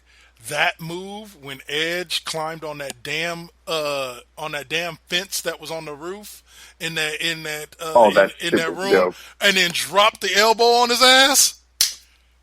That had it right there for that me. shit. That had some meat to it, bro. The impact on that shit, like the way Randy was fucking wheezing after, it's like, fuck, I feel that, my dude. Yeah, no. Oh man, they I was watching it and it was like, man, they really pulled some creative shit out of their ass in this match. They really put it to fucking work. Some mid-40s dads really tore it the fuck up. You know, and bro, let me tell you, that finish, that concerto was probably one of the most chilling concertos I've ever seen given. And mainly, and here's where a lot of people aren't going to like that I say this, and mainly it was because there was no crowd at all. Yeah. It just the happened. Dead silence following the counts was fucking deafening. Oh yeah. When as that ref was, and even as the ref was counting, the numbers as he was screaming them out were just echoing, and it just made the whole scene that much more eerie. Exactly. Like you see Edge sobbing, and you have to put it together on your own to understand that he's doing that, because deep down he still fucking loves Randy as a brother. Yep. And that regardless of what happens, he still needed to put him down like a fucking dog in that moment. You know what it reminded me of? And that's why it came to that moment. You know what it reminded me of? Go ahead.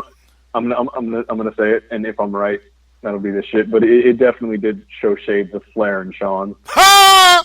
My man's in my head. Got I was your just ass. gonna say exactly what I was gonna say. That was it pulled the same type of emotional feeling out of me as that did when you see Shawn say "I'm sorry" to Rick right before he puts him down with that final Sweet Chin music before he pins him.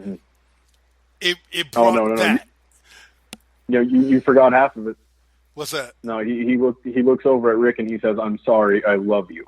Oh, and then he sorry. just fucking boots his chin off. Boots, yeah. I'm like, I was half expecting to see that with Edge and Orton. I was half expecting to see Edge just be like, "I'm sorry, brother," bow, and jack him up. But Right. it was a good match for him too. It was storytelling wise, and I would say on a feud that was kind of built without a crowd over a few weeks, that was a very well built feud. Mm-hmm. It really shows. I was telling my girlfriend, I was like, midway through the match, she was like, I forgot there was even no crowd. Yeah. I was like, exactly. The best workers will make you forget that shit because you'll get so immersed. And was it you that was saying that they were happy? I forgot who I was talking to. That they were saying that they were happy about. Oh no! I was reading a comment. Matter of fact, let me see if I can pull it up from a Facebook, because I put a thing up on Facebook basically saying, like, unpopular opinion. I thought that the first night of WrestleMania was fire. Like I did. I thought it was good. I thought it was good, but in my opinion, night 2 really blew it out of the fucking water. Yeah, I can give you that. Let's see.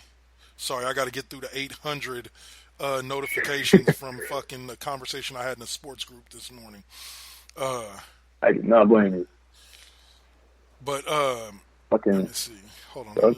It may be easier. Go ahead and keep. We can keep talking, but I'm going to look for this post, and then I can find the response, because I want to read his response. This cat, Don Nishibi, I want to read his response like verbatim. I don't want to quote him, because he brought up a very, very valid point. Oh, here it is. Okay, he says the matches were amazing, like top to bottom. The ladder match and Rollins-Owens match were standouts. Now, Taker and AJ match, yeah, I don't know. I could feel Bret Hart's eyes rolling on that one. He goes, one thing I kept pointing out that you could tell who came up the hard way doing gym shows and whatnot, because they knew how to fill the silence in between spots. WWE gives these guys too much of a crutch by pumping in sound. So the guys who know how to work a small, intimate show really showed up. Line of the night: it doesn't have to end this way. Rollins right before he got stunnered. Uh-huh. Doesn't end this way. But little shit like that. Like I think my favorite thing about Owens is his shit talking. Yes. Love that shit. Go ahead. Well, but the point I was bringing up from the comment was, he's right. Those who have worked, those who came and have worked and have put in their dues and have come from kind of nothing to where they're at now, you could tell because they knew how to work the match to keep it entertaining, whether they were on camera or not. Mm-hmm. You know what I'm saying? Who was able to fill that void better than anyone else that whole show? Who? What individual? As an individual, or yeah, go ahead. I would say night one. For me, it was like looking at who was able to fill that void the best. It tells you something because it was fucking Sammy. Yeah. It was Sammy, and it was among them Cesaro and Shinsuke, and who are three of the biggest indie darlings in the company. Well, I would also say that the Rollins-Owens match as well. Like, they did a really good job of it as well. Yeah. You know, but for the same reason. They're both, like, big-time indie guys. You know, they've played in front of they played in front of gyms of 50 people, and they played in front of stadiums of 50,000. You know, they know how to work the difference. You know, and another, what's something that was funny that was told to me by a wrestler is they were like, when you're wrestling in the WWE, I believe Chris Masters said this. He was like, it's almost like you're in a bubble. You really don't hear a lot of the crowd and a lot of the other noises outside of the people that are right by the front thing. Like, because everything echoes and it's such a big thing, and the ring is so small, you really do end up in this sound bubble inside of a bubble, inside of the stadium. So he's like, really for us, yeah, we hear the crowd. He goes, but really for us when we're in the ring, he goes, it's not as loud as it is for y'all sitting out in the crowd. So we can hear each other when we're shouting shit to each other. He goes, you guys can't hear it because you guys are too audible and there's too much of everybody else in between you in the ring. He goes, but we can hear each other just fine in ring. And I was just like, wow, that's an interesting concept because I wonder how that magnifies with there being no crowd. Exactly. Like, I wonder, does that change that? Does that make it any worse, or is it just another fucking day at that point then? And I definitely noted that they don't scream they don't say a lot of the same. Sorry, I didn't mean to cut you off. I'll let you finish in just a second. But they don't necessarily say all the same things when it's empty like that, and it can be heard by the camera. I think there are certain things that they'll say and do with each other in ring because they know the crowd can't hear it, and especially it can't be heard on camera, that they didn't do during these things because of the fact that it was so obvious and it could be seen. Or it could be heard, it could be picked up by the mics. I don't know if you saw, but there was a lot of noise that was actually cut out. Really? Yeah, there was a lot of noise cut out because with that you can really see their lips move and you can see them, putting the match together the way wrestlers do. Yeah. The ref, the workers, doing the things that they do, and it was interesting because I could seeing it as much as I had, you can pick it out even if you can't hear it now. Right. And it didn't ruin it or anything, but it is interesting to think about. It is extremely interesting. One of my favorite moments as far as sound quality or sound went was there were like several replays in which you could hear Michael Cole calling the match in the background of the replay. Because like normally that's masked by crowd sound. You know what I'm saying? Normally you can mask that with crowd sound. You can't hear the live, so all you're hearing, and when his mic's cut off, you just don't hear Michael Cole. But I forgot which match it was, but there was a big moment in the match, and then they showed the replay, and you could hear Michael Cole recalling it in the replay. But not like he's on his mic, you could hear him like he's standing in the room with you, you could hear him, And I was just like, oh, weird. That was kind of interesting. I'm pretty sure y'all could have fixed that in sound editing before you ran that replay, but I guess not. Yeah. Let's just funk it. I mean, that's fine too, I guess. But yeah. All right. But okay, so moving on we only got 4 more matches to cover at this point. The match that was actually the 5th match, and it wasn't really a match, it was more of a segment. And that was Gronk winning the 24/7 championship from Mojo Rawley. I thought it was funny. I wish I liked it. Pulled out more than just a few jobbers. Yeah. As much as I do fucking hate the Patriots, Gronk is pretty funny. Yeah, it was clear that he's hyped about this. He wants to do it. That's it. Gronk got my okay when he did the what's that called, coffin dive. Yeah. Onto everybody. He did the fucking coffin drop like fucking like Darby Allin. Darby Allin and shit. Bro, did you see that? Speaking of, just a quick side subject. Did you see that video of supposedly Darby Allin hitting a coffin drop on somebody in a damn liquor store? Are you fucking... Bro, oh my it's God, like, I'm gonna find that shit. It's like these two kids are sitting there and they're like, yeah, dude. Hey man, you know who that dude is up there? Hey man, I think that's Darby Allin. And one dude turns around to the other dude, he's like, hey man, you should go get him. Go get him, man. He's like, yeah, I'm gonna go get him. It's Darby fucking Allin. I'm gonna kick his ass. I'm gonna go get him. And he like walks up to Darby Allin, taps him on the shoulder, goes to say something. Darby turns around, hits him 3 times, stands up on the counter where the cash register is at, and yells, coffin drop, and he does a coffin drop on the dude, and then gets up and walks out. And I'm like, okay, that made absolutely no sense, but that was one of the best wrestling segments I've seen in a long time. But it made absolutely no sense at all. Like, why the fuck was this dude wanting to fuck with Darby? I love it. Yeah, exactly. It's like, why the fuck was this dude even wanting to fuck with Darby Allin? Like, if I saw a random wrestler walking around, the last thing that would come to my mind is, I want to go kick their ass. Like, who the fuck thinks this shit? You see that dude that takes ass beatings for a living? Let's go beat his ass. Yeah, you know? Like, thought process. I told you about that, the conversation I had with Christopher Daniels and Kaz. Where they were talking about, like, people at these wrestling shows forget. Like, they forget that these guys take ass whippings for a living 24/7. You know, and hand out ass whippings for a living. Like, they forget that, and they start talking shit to them. Yeah, like, I'm not going to sit here and tell you that any given wrestler can fucking beat anyone's ass, especially compared to an MMA fighter, but it's like, there is a certain physicality and tolerance that you build up to that when working in that sort of fucking environment. Yep. And truly, a wrestler's tolerance level for pain is something way further beyond what would be a normal person. Yep. And that's just something that comes naturally with that. People just need to get that. Anyway. All right. Next match. Next match. All right. So, getting past the Gronk one, we came to my match with my dudes. And yeah. Oh, yeah. Oh, yes. Street Profits.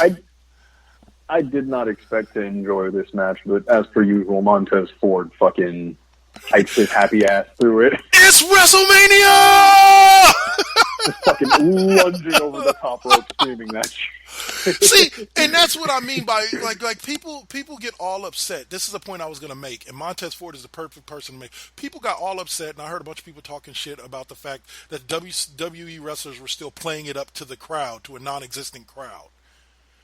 Guys, just because there's not somebody in building chanting your name or saying your catchphrase doesn't mean that those people on the other side of the camera at home aren't doing it. Exactly. If you don't show that same energy that you would show in front of a live crowd, it ruins it for the people at home who want to enjoy what they're watching. Exactly. Like, that's their fucking job. That doesn't change it. So I'm like, stop getting angry. And Montez Ford and him doing those things made that match. Made a match between the Street Profits and basically two people that, at this moment in time, people could really care less about Angel Garza and Austin Theory. It made that match. Today, fucking kid was still in Evolve, and now he's in Mania. Yep. It's exactly your point. Like, without Montez Ford, that type of energy would have been way fucking different. Exactly. But of course, the Street Profits retained via pinfall. But my favorite part of it was Angel Garza and whatchamacallit attacking them afterwards. And then, what's her name? Attacking them. Zelina Vega attacking them only for the EST of NXT to come out and have her WrestleMania moment. I loved it. As soon as she super kicked Montez Ford in the face, I was like, Bianca Belair is about to hit the ring. Watch. Watch. She's gonna hit the. And as soon as I'm not even a huge fan of Bianca Belair, but the way Montez Ford reacted to seeing her is fucking golden. I'll take it. yeah, his Give me that queen, shit. she was there. She came to fucking save reaction. the day. But yeah, so I was like Bianca Belair, and then for some odd reason, like I went to the bathroom, and I turned around for a quick second and looked back, and all of a sudden Bianca Belair was on top of her. Boom! I was like, there you go, get her, girl, get her. No, it really was I really wasn't going into the match expecting anything, but all four of them really fucking clearly had fun with the match. And Oh, yeah. I enjoyed the shit. Austin Theory is my favorite wrestler. Angel Garza is my favorite wrestler. The motherfuckers really pulled out all the stops in what little time that they had. It reminded me of But- when they finally acknowledged storyline-wise that Jey Uso and Naomi were married.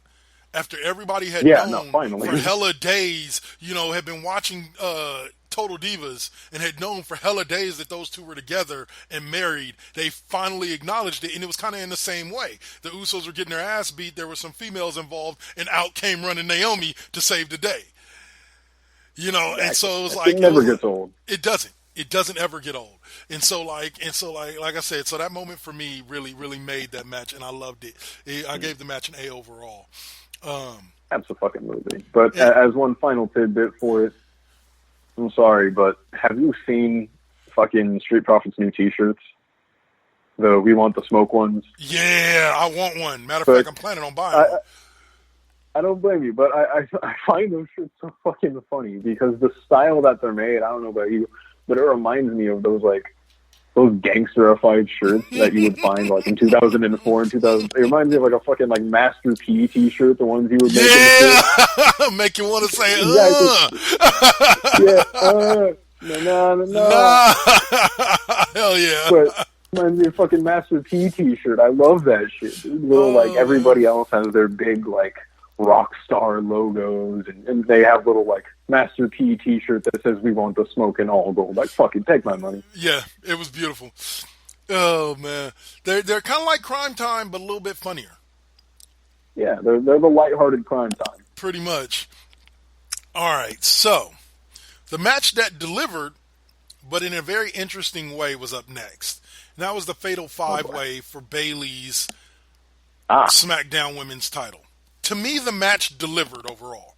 Like, I liked it. It was a good match. It just surprised me, like I said, because I expected the Banks heel turn. Because I expected the belt to either go to Banks or to go to Lacey Evans.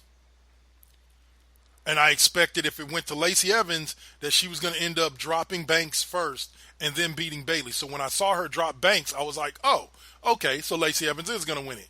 And then everything went sideways on me. And the whole shit changed. Yeah. Because especially with the way that things were going with Sasha Banks at that time, with Sasha Banks and Bayley at that time, I have expected Sasha to make the heel turn.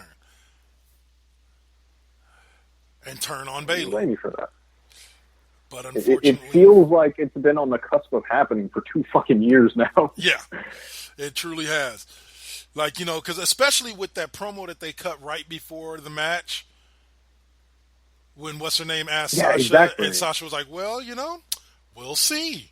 With that answer, I was like, okay, we're going to see a heel turn tonight. All right, cool. I know, she's turning away, motherfucker. This is it. But I think, once again, just like I thought they were going to do with the McIntyre match, and I feel like they did with the Becky Lynch match, I thought that they were going to, maybe they're saving the heel turn for when they actually have crowds back. And it can get that reaction. Like I said, I think that heel turn would have happened if the crowd was there. Yeah. If it was a regular capacity crowd, if crowd was not cleared out this time around, I think we would have seen that 100% this time, like you said. 100%. But overall, Bayley gets the win. Tamina had a great showing. Lacey Evans, I thought, had a really good showing. Tamina was in Mania, dude. Yep. Goddamn. Naomi, I thought she could have had a better showing, but it was okay. Yeah. And, and Bayley looked strong as a heel champion as well, so. I thought the most telling... Overall, it was okay. The most telling scene that I wanted a picture of, that I wish I had paused and snapped a picture of, was when they showed Bayley standing up on top of the ring in the corner of the ring, and you know, talking about I'm the champ, and and then they widened out the picture, and you just see this silhouette. Like, you don't see her face, you don't see anything particular of her. It's just the silhouette of Sasha Banks standing at the ramp, just looking at her. And I was like, "Ooh, I like that. That was good. I like that. That was very well that's shot. Some good storytelling right there. You know, just with a single picture, it was a great story told there. That is going to come apart, and it's going to be an epic fucking feud. Exactly. That shit right there, that shot tells you more about the dynamic and emotions shared between those two than anything that they could fucking say. Yep. And then, finally, the second match on the second night, or the second to last match on the second night, but the second match on the second night in a row in which WWE had at least one match that did not technically take place in the ring, but it was still one of the better matches of the entire night. Mm-hmm. I had no clue what the hell a Firefly Funhouse match was. Nobody did. Nobody did. But did it deliver? Fucking yeah. That it did. Man. It did. Going step by step with that match alone is a fucking trip. Oh. But I'm sorry, bro. The 80s segment where he had fucking large meat John pumping fucking Iron next to him like an utter maniac for 40 seconds. Fucking golden. The shit was golden. They had the Saturday night main event and the fucking, I'm sorry, Mr. McBossman is the best shit. Yes, that shit had me on my ass. No, boss. The voice, the little point to the chest, but where's your ruthless aggression? Yeah. Love that shit. No, bro. My favorite part was the very beginning, the ruthless aggression bit, when Cena could only say ruthless aggression. I don't know why, but that part put me on the ground laughing so hard. Ruthless aggression, and he swings and misses. Ruthless aggression. What the fuck are you doing? Like, come on, man.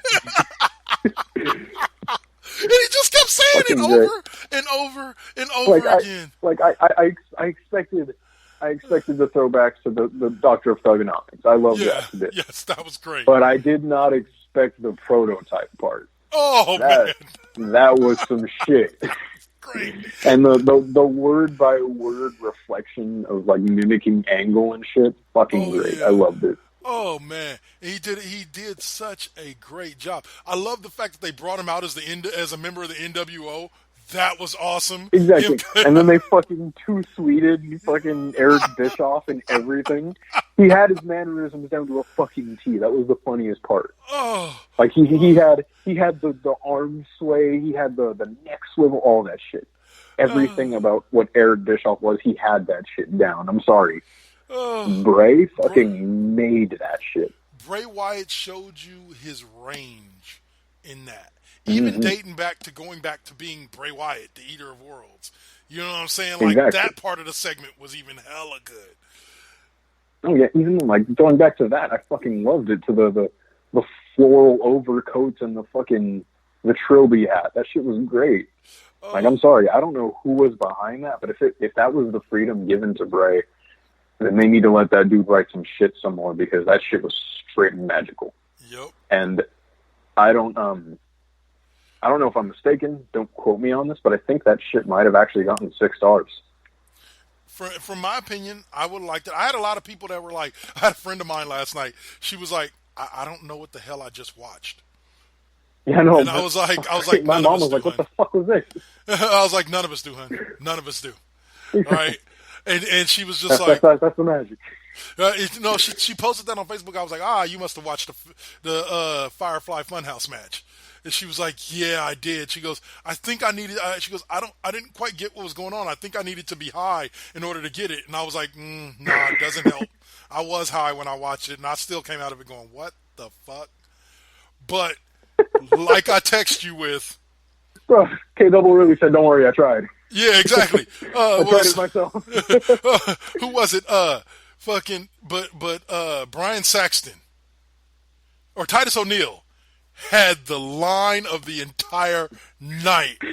Because they came. I don't know what I just watched. Exactly, and it was all of his setup before he delivered the line. Like the looking like he was gonna say something like 3 different times. He was like, but, and he just lifted his hand up to his head, and looked dead in the camera. I don't know what I just saw, but all right.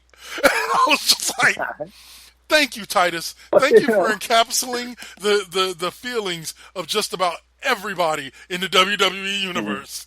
Like, Fucking loved it. but when That you shit go was back great. and you look at it, and when you replay the match in your head afterwards, it was funny as hell. Everything about the match was great. But in the moment, And you're it's not left even saying, like. go ahead. No, like not even like even before the start of the match when Cena fucking first came out of his entrance and he was like mock acknowledging the crowd, knowing damn well how it looked. Like, it's just fucking great. It was funny as shit. All from the mannerisms to fucking Mr. McBoss Man, the Eric Bischoff fucking portrayal, all of that was great. Every second of it. The Too Sweet, the NWO. The fact that at the end, it still came down to him saying, like, you know, I gave you the chance to take me out once before. Do it now. Yeah. And now that he didn't do it again, it ended up with Cena losing. Right. It showed that when it comes down to it, Bray won. Right. And that there wasn't a video at the end of Cena being sad and depressed to build up to him coming back and doing it again. No. This is the end. Bray won. And that idea is just so fucking, like, just real. I love it. Hell yeah. Overall, great match. But okay. So, last match of the night. A match that kind of underwhelmed. God damn it. It was good, but it kind of underwhelmed. Drew McIntyre beats Brock Lesnar for the WWE Championship to win his first major 1,000 years of darkness are over. Yep. And there's only one member of 3MB left that hasn't held the WWE Championship. And that's the dude The that unholy trifecta must be fulfilled. We got to get Heath Slater that championship shot. Yep. Even if it's only for a day. Completed the prophecy. But like I said, it was just, for me, it was too short. I have a feeling that probably, overall, it was like, what, a 25-minute match? Mm-hmm. I think No, way that's shorter. Way shorter. Way shorter, like 15 Not minutes even probably? 25 minutes. We're looking at probably around like fucking 10 to 15 if we're lucky. Yeah, so like, you know, that match should have been at least a half-hour match, you know, if Something not like more. that. Especially, yeah, exactly. Like, it's the main event.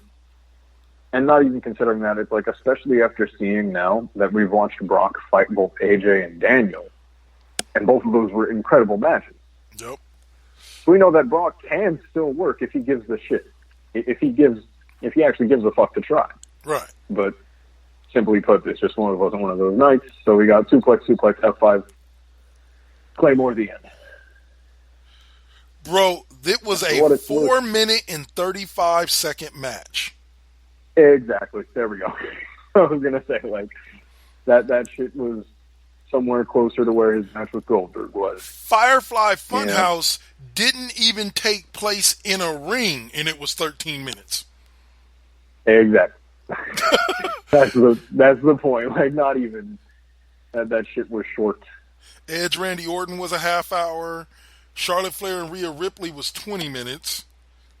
I'm just looking at the longest matches. The Taker Boneyard match was 19 minutes. I'm done, dude. Braun Strowman versus Goldberg was 2 minutes and 10 seconds. That's literally, wait. That is, okay, 60, fucking 10. That's literally fucking 130 seconds. Mm-hmm. Yeah. I think both of those matches would have been a lot longer had it actually taken place at, you know, Raymond James Stadium where it was supposed to. Mm-hmm. So you mean to tell me the set that they had for that was great. Your two major championships matches gave us 6 minutes worth of action? as in a match involving no title, was twice as long as the combined time of both of our World Championship matches. Bro, the Orton Edge match was 5 times longer than both of our championship matches combined. And there was no title on the line in that match. Exactly. Like, fuck. So, we'll just leave it at that. But as a whole, this, in my opinion, was definitely one of the more enjoyable Manias.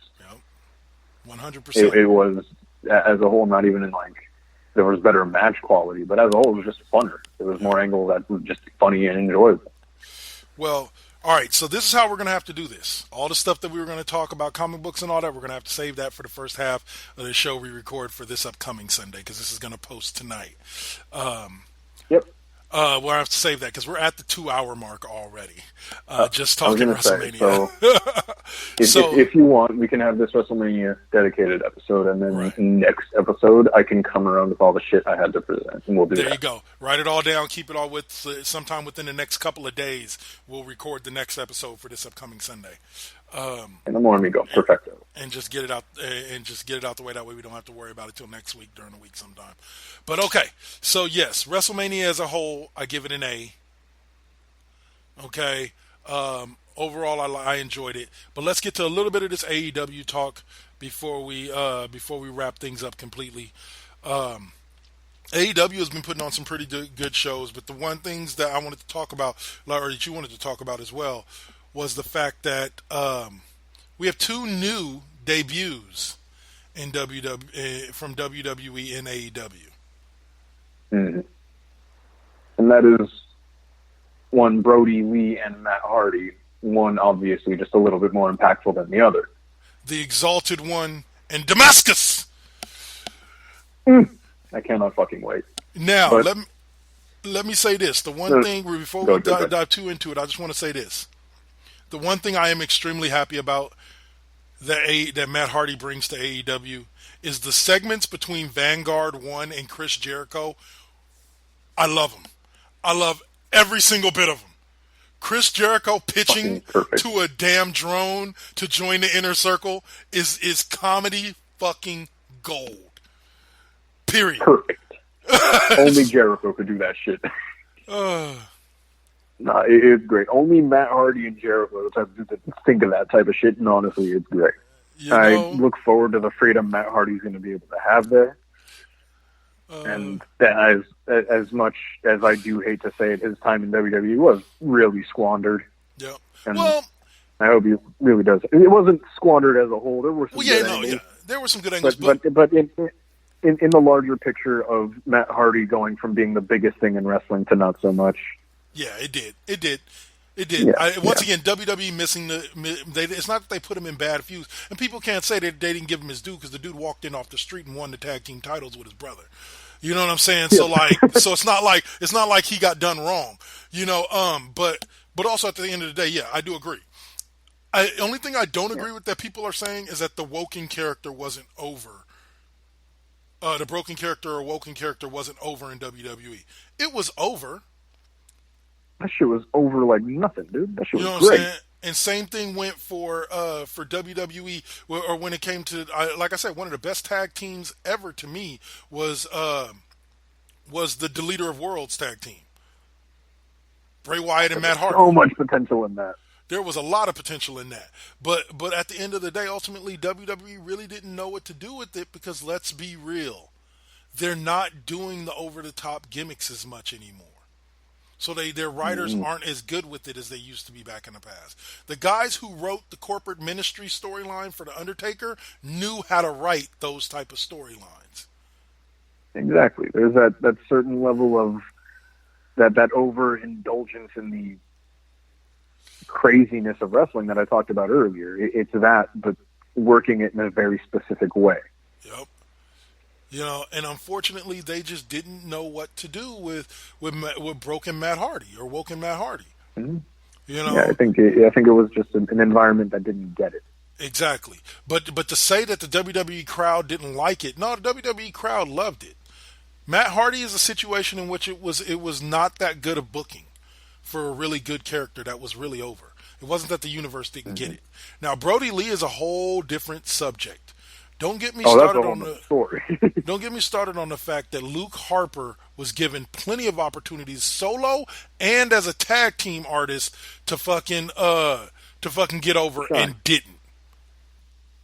You know what I'm saying? Had his opportunities to connect with the WWE crowd and didn't. Brody Lee's failure in WWE had nothing to do with Vince McMahon overlooking his potential. He was given an opportunity to be a beast within WWE and failed to connect with the crowd. Sorry. There were little glimmers of that. You're right. Yeah. Again, as someone who fucking adores Brody Lee, it did come down to that. It's just some people aren't meant for certain environments. Right. I honestly do believe that if Brody Lee goes to Japan, we're going to see some shit unlike anything we have ever seen. Exactly. And he will thrive. I think Brody in that Lee environment. Exactly. Mm-hmm. Exactly. But I think Brody Lee in WWE just isn't something that's just a right fit. He was given chances. He had an IC title run that was really fucking good. And if you remember, he had a ladder match with that IC title. That was really fucking good. Yep. He was a part of the Wyatt family, which is one of the mainstay stables of this generation of wrestling. Yep. Easy. And so it's just like... But, yeah, exactly. Like, it's not a good fit. And that's just how it is sometimes. Exactly. And that's what a lot of people need to realize is that not everybody that goes on from WWE goes on or moves on because they're really talented and WWE didn't know how to use them. That's one out of every about 10 to 15 people that leave WWE. The rest were given opportunity after opportunity after opportunity to connect with the crowd and get that push that they want and get that. Dana Brooke, a great in-ring, don't get it twisted. Dana Brooke can wrestle. Dana Brooke can wrestle her ass off. She just has zero ability to cut a promo and zero ability to connect with the crowd. That's why Dana Brooke doesn't get a push. Exactly. But Dana Brooke somewhere else at a company where the physicality is more valued than the character work. Exactly. Exactly. It's not about her not being able to do what she wants to do with her character. It's a matter of, look, the best people in the world are giving, the best wrestlers in the world legitly are giving gimmicks and go out there and make the gimmick work. Mm-hmm. They don't blame the gimmick for why they don't get over with the crowd. Basically, a good wrestler can take a bad gimmick and still get over with it. Mm-hmm. If you can't take a bad gimmick and get over with it, then you might want to look at yourself. Instead of blaming the gimmick, you might want to look at yourself and ask yourself, why couldn't I get that gimmick over? Yes, there are some gimmicks that are so bad, like Shockmaster, that yes, there's no way, or that Sub-Zero character, I forget what his name was, in WCW. You mean fucking Glacier or something? Yeah, Glacier. Like those gimmicks, like they're so bad you can't get past the gimmick to connect with the crowd at all. I get that. Exactly. Sometimes it is like that. But Tyler Breeze, his gimmick is Prince Pretty, and do you have any idea how over he is in NXT? You know? I'm like, you look at a lot of these guys. Damian Priest, really, if you look at his gimmick, he's basically a vampire. And he's making it fucking work. And he's making it fucking work. He's basically a vampire without them saying he's a vampire. Look at all the shit he does. He's basically a vampire from the Angel era of vampires. And for those of you who don't know what Angel is, it was a show that was a spinoff from Buffy the Vampire Slayer with one of the characters. But you know what I'm talking about when I say Angel. Yeah, it was like it was like an Angel type. You know, he's an Angel type vampire character. So like. And he gets it over. To be the modern vampire. He walks into he comes, his first shot, she was in a dark, secluded limo with a bunch of goth women with red lipstick. That is textbook vampire aesthetic, my guy. Exactly. And so, and he's over. He's getting over. I don't know how well his gimmick's going to go over on the main roster. But here's the thing with it, and here's the lovely thing about sending these guys to NXT. The same people who watch NXT and cheer for him are 40% of the same crowd that watches Raw and SmackDown. so he'll at least get some reaction from those people who know him and like him in NXT. But I don't deny that Damian Priest's gimmick, if just immediately brought to the main roster, probably wouldn't get over. Yeah, that'll fall flat on its face. You know, but you put him in NXT and give him time to get the gimmick over, then you bring it up to the main roster, and he might actually have a shot at succeeding. Exactly. You can see, I've said it before, you can see a lot of people that you know would succeed in the main roster. Like, you look at the Velveteen Dream, and it's like, oh, I know you're going to be a fucking star when you hit the main roster. Now, his gimmick may go over a little bit rough at first, but he will eventually, the same way it did in NXT, but eventually he will win over the crowd, and he will be one of the most popular guys you have. Exactly. It'll be something. But I know for a fact that you look at someone like Oni Lorcan, who is an NXT faithful that they all love, that's not someone who's going to survive on the main roster. Yeah. That's not someone who's going to thrive. Yeah. I'll be honest with you. I honestly think as good as they are, because they don't truly have a gimmick in the sense of a character, they're just themselves. I think the Undisputed Era, as great as they are going to struggle initially on the main roster. I think eventually with their in-ring work, they will get over on the main roster big time. But I think they're going to struggle initially because there's not really characters. They're just themselves as really good wrestlers.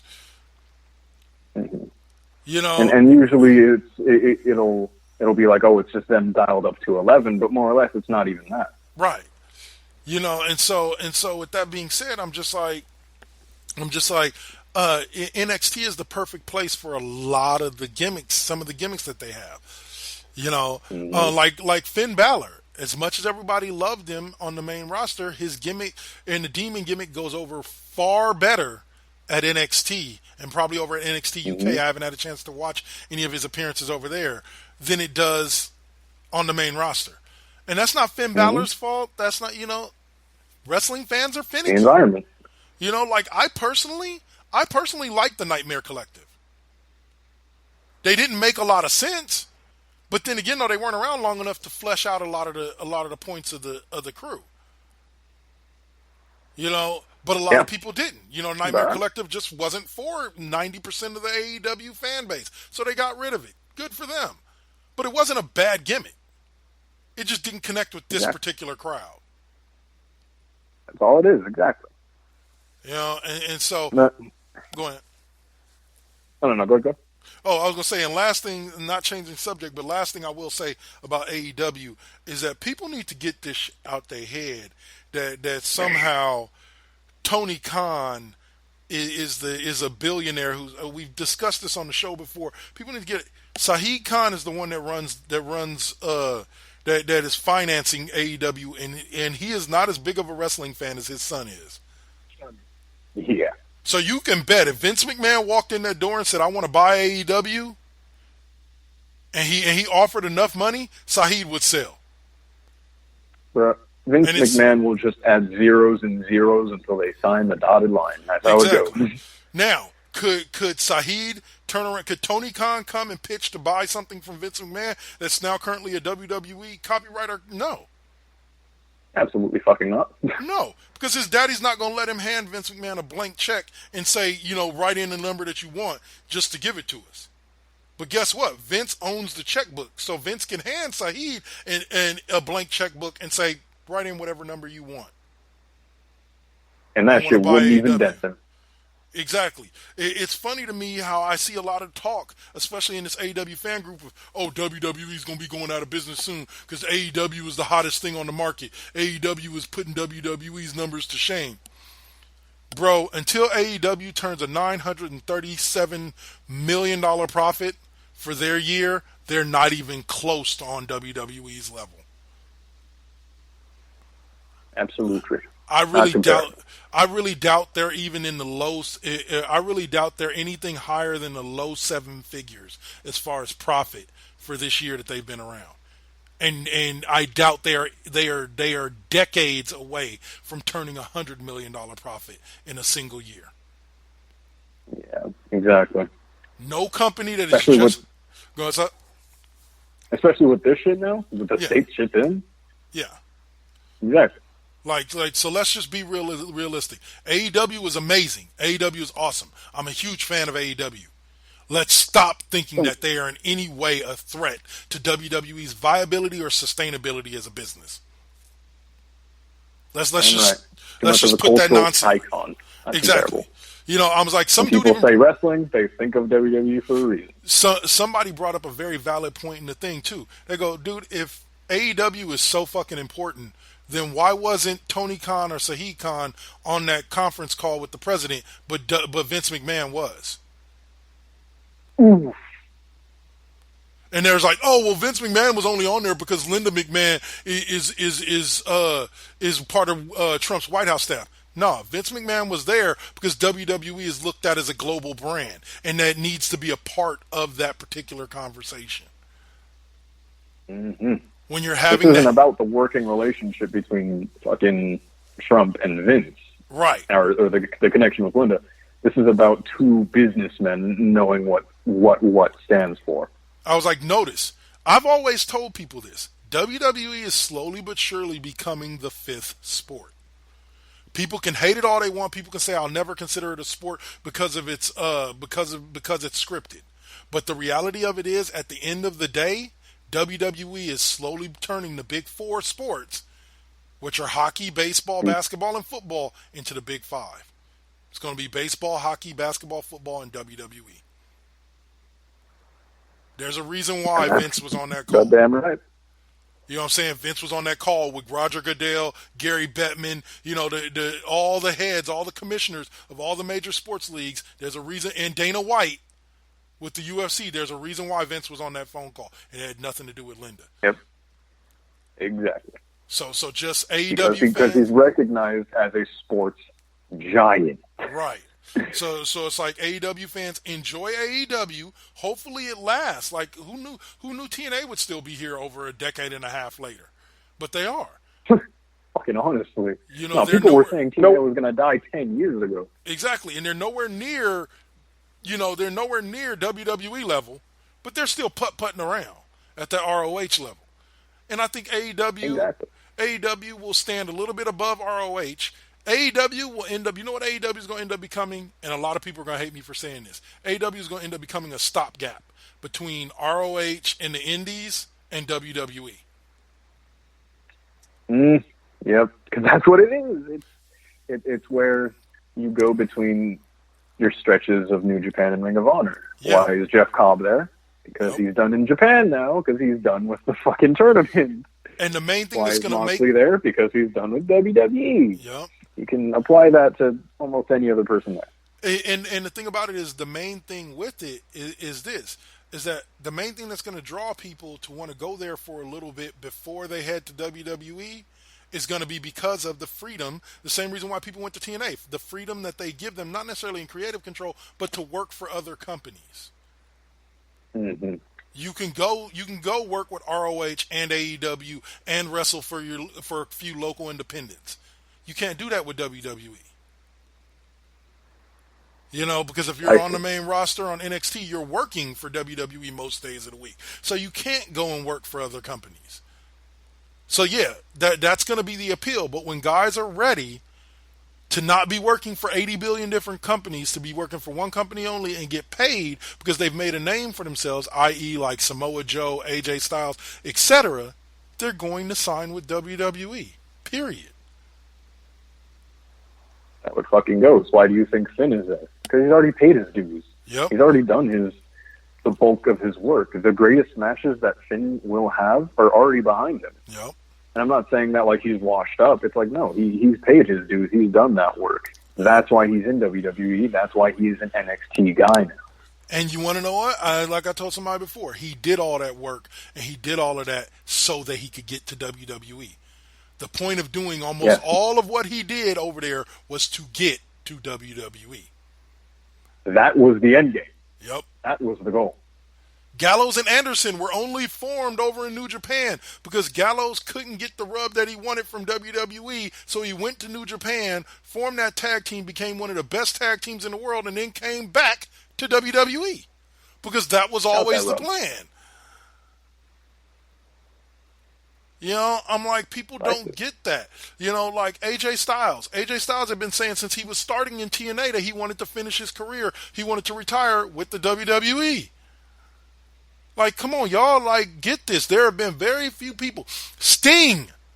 This should show you how big WWE has gotten. Sting, for almost a decade, vowed that he would never work with Vince McMahon.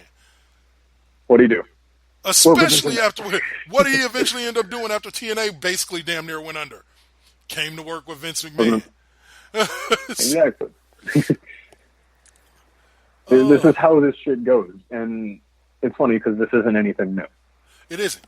This is how this business has gone for a long, long time. And WWE made it that Vince McMahon made it that way for a reason. So people get out your feelings and realize that WWE ain't going nowhere. You ain't never gonna get rid of WWE.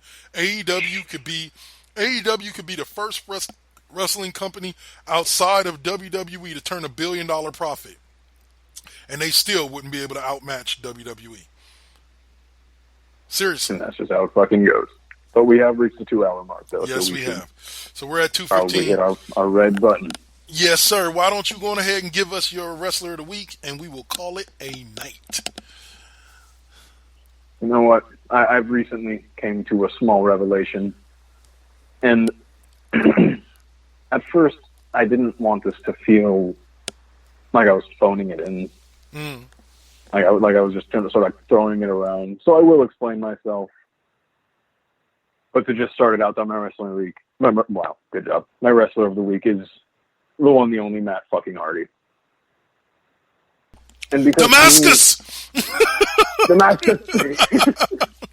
To me, Matt Hardy, above all else, has proven that in wrestling, longevity is key. Mm-hmm. Matt Hardy spent years 100% being known as the other brother. Yeah. He was the Luigi to the Mario. Especially for me, I grew up in the Ruthless Aggression era. Yeah. So as a kid growing up, it was like, oh, here's Jeff Hardy painting his face and jumping off of shit and killing himself on a week-to-week basis. And what's Matt doing? He's in WWE CW. Yeah. When Jeff Hardy was winning world championships, Matt was in ECW. And he did win a world championship, but I feel what you're saying. Yeah, don't get me wrong. Don't get me wrong. Like, I'm not saying he was constantly downtrodden and never doing anything. He was treated like the Marty Jannetty of those between the two, basically. Exactly, yeah. Like, he was given shit. He was given U.S. title reigns. He was given tag team championships. He had good feuds with MVP and Edge and the like. But he was always considered the other brother. Right. And eventually, as I got older, I would begin to appreciate Matt Hardy more and more. And it's gotten to the point where I just prefer him over Jeff as I've grown older. Yeah. Because I see his mind for this business and the way that he runs. He talks about wrestling, and you can tell, like, this is his obsession. And it also shows in different ways that he knows when to switch it up. Right.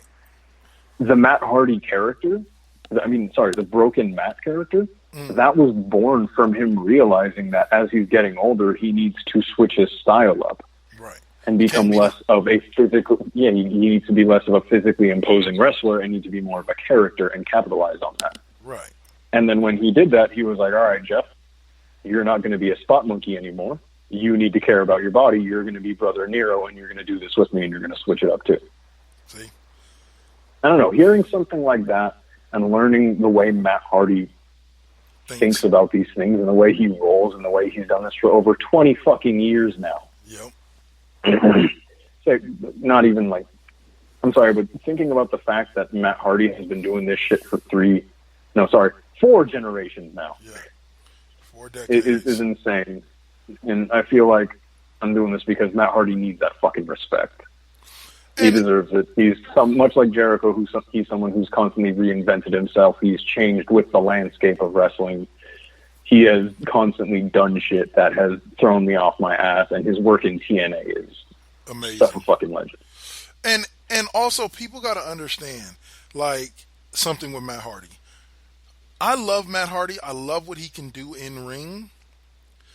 I don't know why, but I never really had an issue with the fact that he never got the main event shine that Jeff did.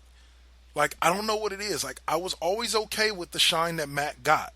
And maybe that's because I never really looked at Matt as equal to his brother. And that's a personal, internal thing. I never looked at Matt as equal to Jeff. But in ring, they are both just as good as each other.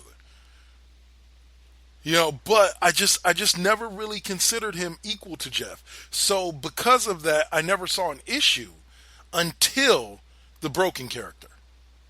Now, I thought the Broken character was main event worthy. No offense to V1. Love me some V1, but V1 was not main event worthy. No, V1 was a mid-card. No shit. Yeah, it was a mid-card. V1 was good, but V1 is a U.S. title thing, not a world championship. Exactly. But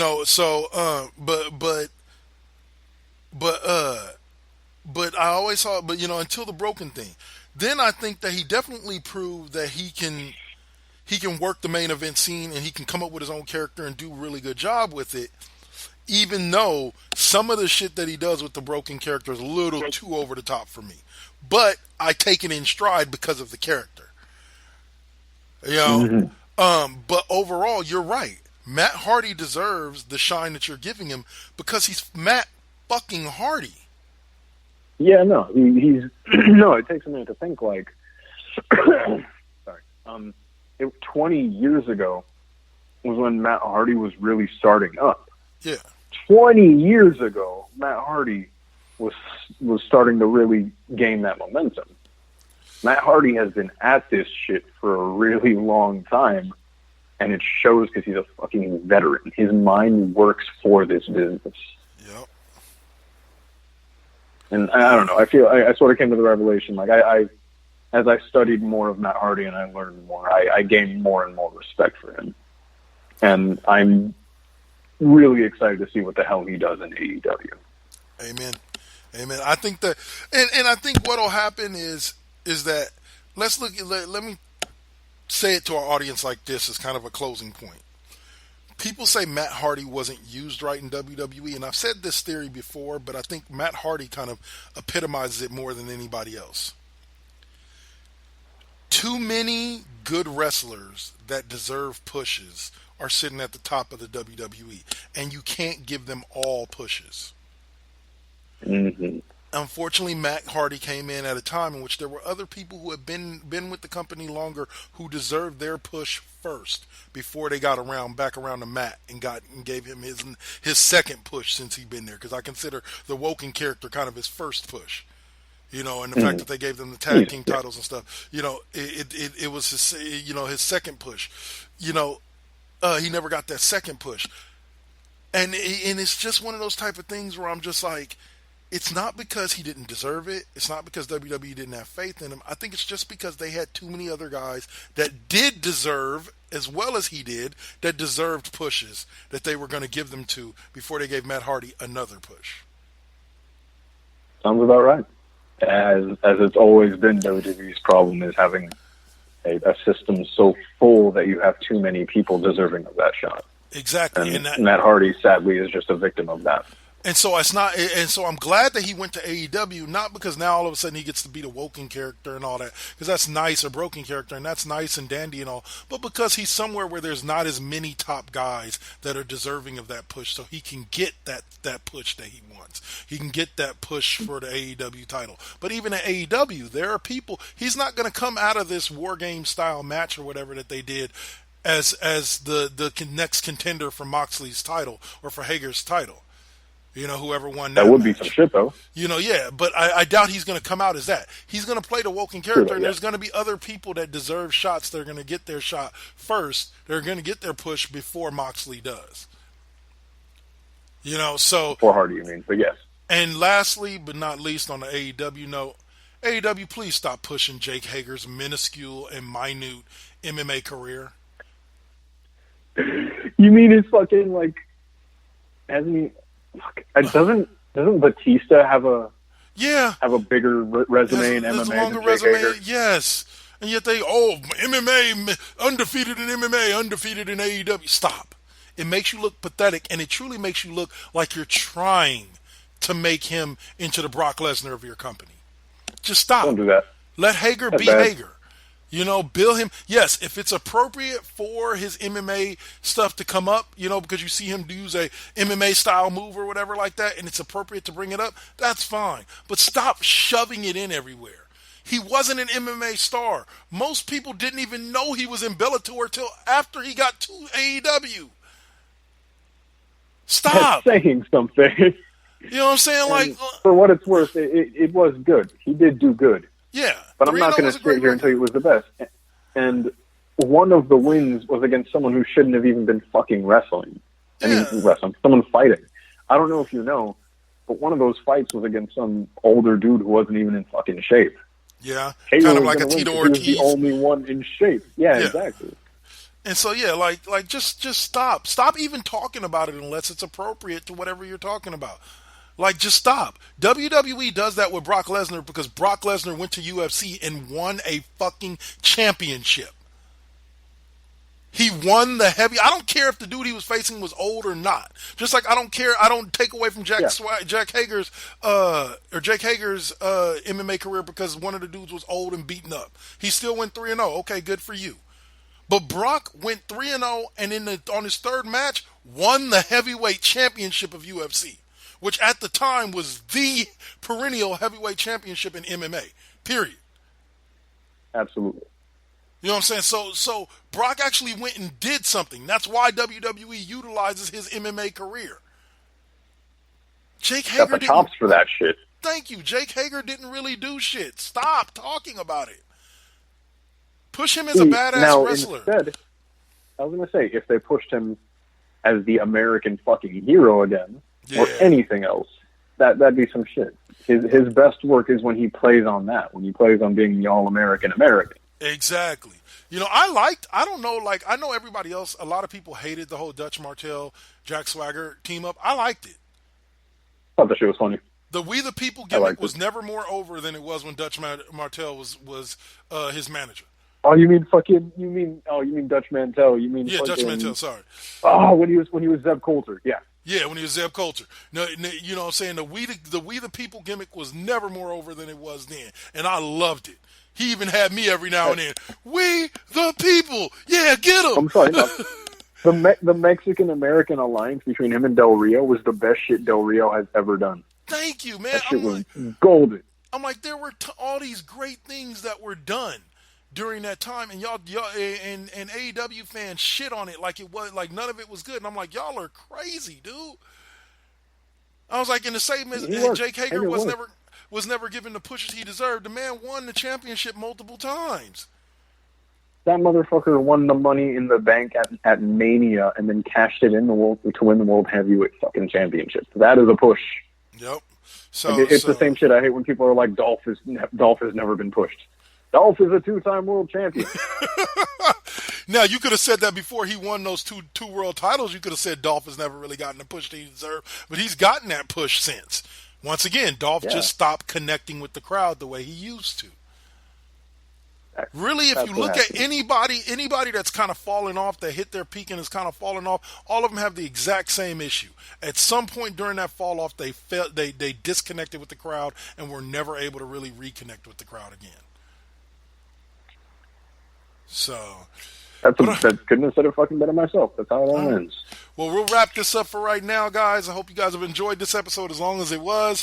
2.5 hours here. We'll be back on Sunday with an episode that's probably going to be primarily pop culture talk, movies, comics, etc., because there won't really be much to talk about outside of Raw and AEW on wrestling. So that one will probably be mostly that. Exactly. We'll be back with the regularly scheduled content. Yeah, but we had to do this for WrestleMania, so I hope you guys are enjoying this. Hope you're listening to this either before or after you're watching Raw, and hope you enjoyed WrestleMania as much as we did. We will catch you guys in 6 days on Sunday for the next episode of the Cheap Pop Podcast. Any last words for him? Please, for the love of God, stay safe, stay inside, wash your goddamn hands. People. And if you need further motivation, take your ass to YouTube and type in Samuel L. Jackson, stay the fuck at home. And if that can't convince you too, then I don't know what's going to help you. Because that shit was hilarious. Fucking God, and that's the Messiah. Yes, All sir. right. All right, y'all. We out. Peace.